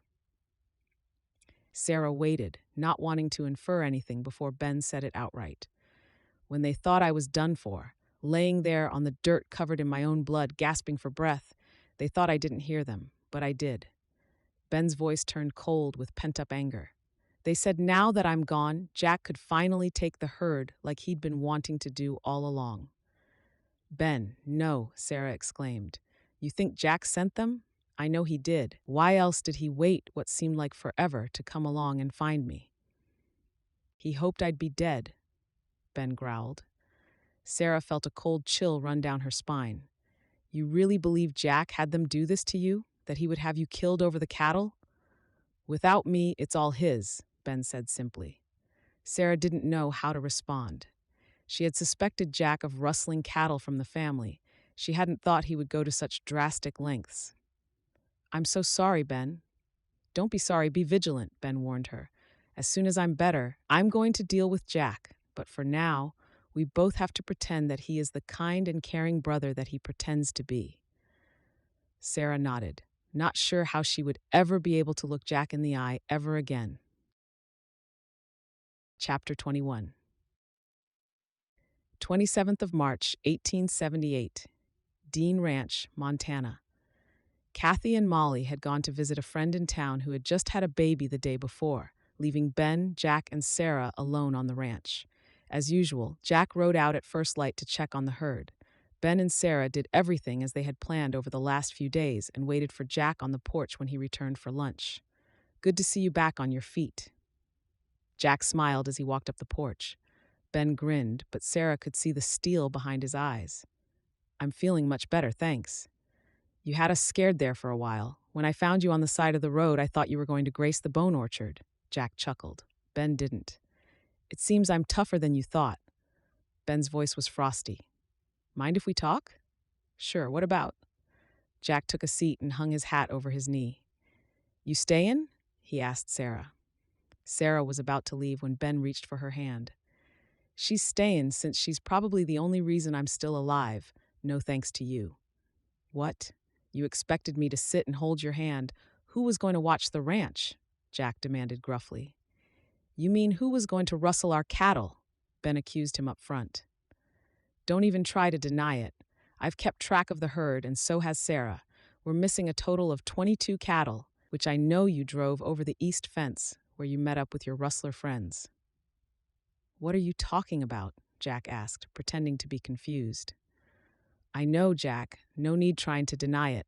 I know you've been rustling cattle, a few here, a few there, keeping the money for yourself. You've been stealing from this ranch, from your own family. You were never out checking for wolves. You were picking off the herd. I haven't told Molly because she'd be devastated, but I know. I also know those 2 thugs you sent after me are the boys rustling with you. Jack's face went as white as a sheet. He began to shake his head. You're clearly not feeling well. Maybe you should lie down? Don't patronize me. I'm feeling perfectly fine. I chased those boys off last year with Tom, and they mentioned you by name when they thought I was done for. Ben seethed. Hold on a minute. I can explain. I was getting a good price, and of course the money will come to the ranch. I've got it all tucked away. Jack began to try and defend himself. I don't want it, and you're lying. I know you're lying because your jaw twitches the same way Pa's did when he was lying to Ma about drinking whiskey at the saloon, Ben said, holding Jack's gaze. The way I see it, you got one of 2 choices. Either you take that tucked-away money that you stole from your own family and never come back this way again, or you can wait for the sheriff who's on his way right now to come and pick you up. Jack's eyes widened. You're kicking me off the ranch? No, I'm giving you a choice. Seems the sheriff was mighty interested in the letter I had Sarah take him, and he's coming this way right now to pick you up and to find your rustling friends. Unless you ain't here when he arrives, well then I guess he came all the way out here for nothing. You can't do this, Jack growled, standing up. I already have, Ben said firmly. You've always been entitled, believing this whole place should be yours. Pa left it to all of us, the herd as well. You've sold off your share, now get off my land. Ben stood up and spoke, barely inches from Jack's face. Sarah could almost swear that Jack was quivering with fear. And if you don't hurry, I might have to tell the sheriff that you tried to have me killed as well. You'll have your own brother hanged? You tried to have your own brother killed, Ben said quietly with a voice of steel. I don't need this ranch, you, or anything from this family. I'm done, Jack shouted before he headed into the house. They heard some crashing and cursing inside before Jack came out with a duffel bag and a bedroll. He didn't even say goodbye before he climbed onto his horse and rode off into the mountains. For a long moment, Sarah and Ben just watched him go. Are you all right? Sarah asked finally. Ben let out a heavy sigh of relief. It hurts to know that he would do that to me, to us, but it's better that he's gone. I just hope Molly and Cathy will understand. They will, I'm sure of it, Sarah assured him. Ben turned to Sarah and framed her face with both his hands before searching her eyes.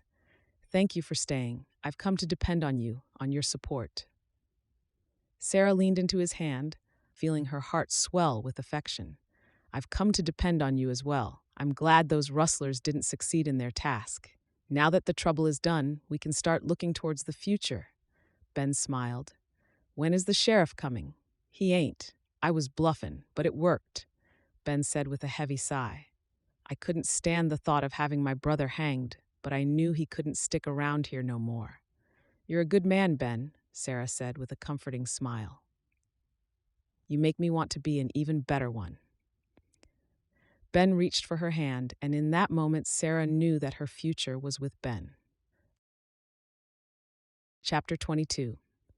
19th of April, 1878, Dean Ranch, Montana. Winter faded away as the Dean family came to terms with losing Tom and the betrayal by Jack. Molly and Cathy had taken Jack's betrayal very hard, especially since his actions had affected the ranch and the whole family. But as spring warmed the days, so everyone's hopes began to soar with the scope of new beginnings and a fresh future.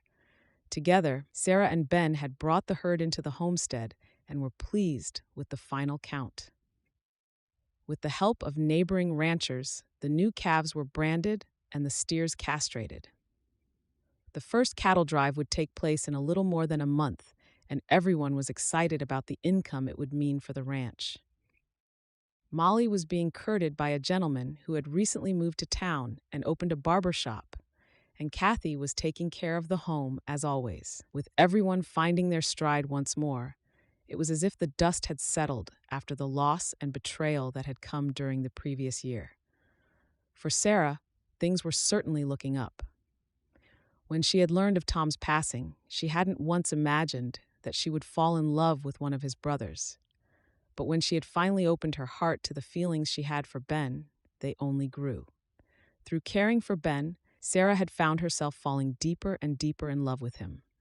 He had a quiet authority about him that not only appealed to her, but made her feel safe. Although neither of them had spoken about their feelings or the future, Sarah knew in her heart that her future was with him. Then suddenly, 2 weeks ago, Ben had surprised her. He had waited for her in the barn with a smile and a bouquet of wildflowers. Sarah's heart had skipped a beat, but her breath had caught when he had gone down on one knee. Sarah knew that she would always remember the sweet words he had said to her. "I've learned this last year that nothing goes as planned. Your plans to marry Tom failed before you even met him. My plans to leave this ranch and make a home of my own changed on the day Tom died. Just like my plans to be a bachelor, my whole life changed the moment I met you. You've stolen my heart and found a way into my dreams. I'm tired of dreaming of a future with you, Sarah. I'd like for it to start. Will you marry me?" Sarah hadn't hesitated for only a moment. She had said yes before she rushed into his waiting embrace. Just as spontaneous as she had been to accept his proposal, the sisters had been spontaneous in planning a quick wedding. Within only 2 weeks, they had invited the whole town, sewn a dress, and cooked up a feast so that today Sarah would stand in front of Ben and take him as her husband. Butterflies flitted through her belly at the thought of taking her matrimonial vows. She looked at herself in the mirror before she glanced down at the beautiful dress Molly and Cathy had sewn for her. It was made of linen and lace, and more beautiful than anything she had ever owned before. Emotion welled in her heart as happiness pushed up past her throat and spilled from her eyes. Happy tears washed over her cheeks as she remembered how many hardships she had faced to reach this moment. She was taken back to her days at the slaughterhouse, working side by side with her parents. She was reminded of how she had cared for her parents when they were ill, and how she had stood beside their respective graves. She remembered the loss and the hopelessness and how lonely she had been until she had met Jennifer. A smile curved her mouth, remembering Jennifer's last letter. Jennifer had indeed traveled to San Francisco and had married Pierre on Christmas Eve. They were now expecting their firstborn. Sarah thought about her train journey west, her dreams of meeting Tom, and how devastated she had been to learn of his passing. Then she remembered Jack. Although she would pray for the Lord to help her find forgiveness in her heart for Jack, Sarah would always be grateful to him for teaching her how to ride. A knock at the door made Sarah turn towards it. Cathy stepped inside and gasped at the sight of Sarah. "You look like a bride should," blushingly happy. Sarah laughed. "It's probably because I am. Ben looks just as overjoyed. Are you ready? Everyone is waiting for you." Sarah nodded and drew in a deep breath. She realized that the future she had dreamed about her whole life, the family, the loving husband, and the home, were only a few steps away. She was finally leaving the past behind and moving toward a dream she had cherished since she had been a little girl. Her heart skipped a beat as she met Cathy's gaze. "I've never been more ready." Sarah followed Cathy outside and couldn't help but smile at all the familiar faces that looked back at her from the yard. Ben stood at the front wearing a suit and a smile a mile wide. Sarah could see how the love in his eyes reflected the love she had in her heart. She made her way to the front, greeting everyone she knew until she stopped in front of Ben. Last chance to run. Ben teased as he reached for her hand. Sarah shook her head. Why would I want to run when I've finally reached my destination? By sunset, they were wed, celebrating their union with friends, family, and townfolk. Epilogue. 10th of June, 1880, Dean Ranch, Montana. Is Ben back yet? Molly called from the bedroom. No, I'm keeping an eye out for him, but seems he's headed west to the other ranch for the day, Cathy called back. Molly came out of the bedroom with an impatient look, her belly swollen with life. Couldn't he have picked a better day to check on how the cabin is coming along? Sit down, you're with child and you're overdoing it, Cathy said firmly. If I can ride out here on my own with a wagon, then pacing up and down this hallway isn't overdoing it, Molly snapped a little impatiently before she sighed. I'm sorry, it's just exhausting, Cathy finished for her. Ever since marrying the barber, Molly had lived in town.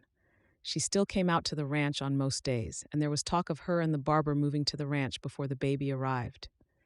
But today wasn't about Molly or her baby that was due in a little more than 4 months. Today was about Sarah. How is she doing? Cathy asked, glancing towards the bedroom. In pain, asking for Ben. I know that women have been given birth for thousands of years. I just don't understand why they haven't found a less painful way to do it. Seeing her suffer like that makes me fear the day this little one arrives, Molly admitted. Her pains came on quite suddenly. One moment she was hanging out laundry, and the next she was folded double with cramps, Cathy explained. The ladies in town say that when the pain comes on so strongly and suddenly, the birth shouldn't take long. Molly? Sarah called from the bedroom. Molly made her way back to the bedroom that had once belonged to her parents and sat down on the side of the bed. How are you feeling? I'm hurtin'. Where's Ben? He did this to me. Sarah groaned as another contraction stole her breath. He's comin', honey. We think he headed to the West Ranch, Molly explained. He couldn't have known today would be the day, Sarah said breathlessly.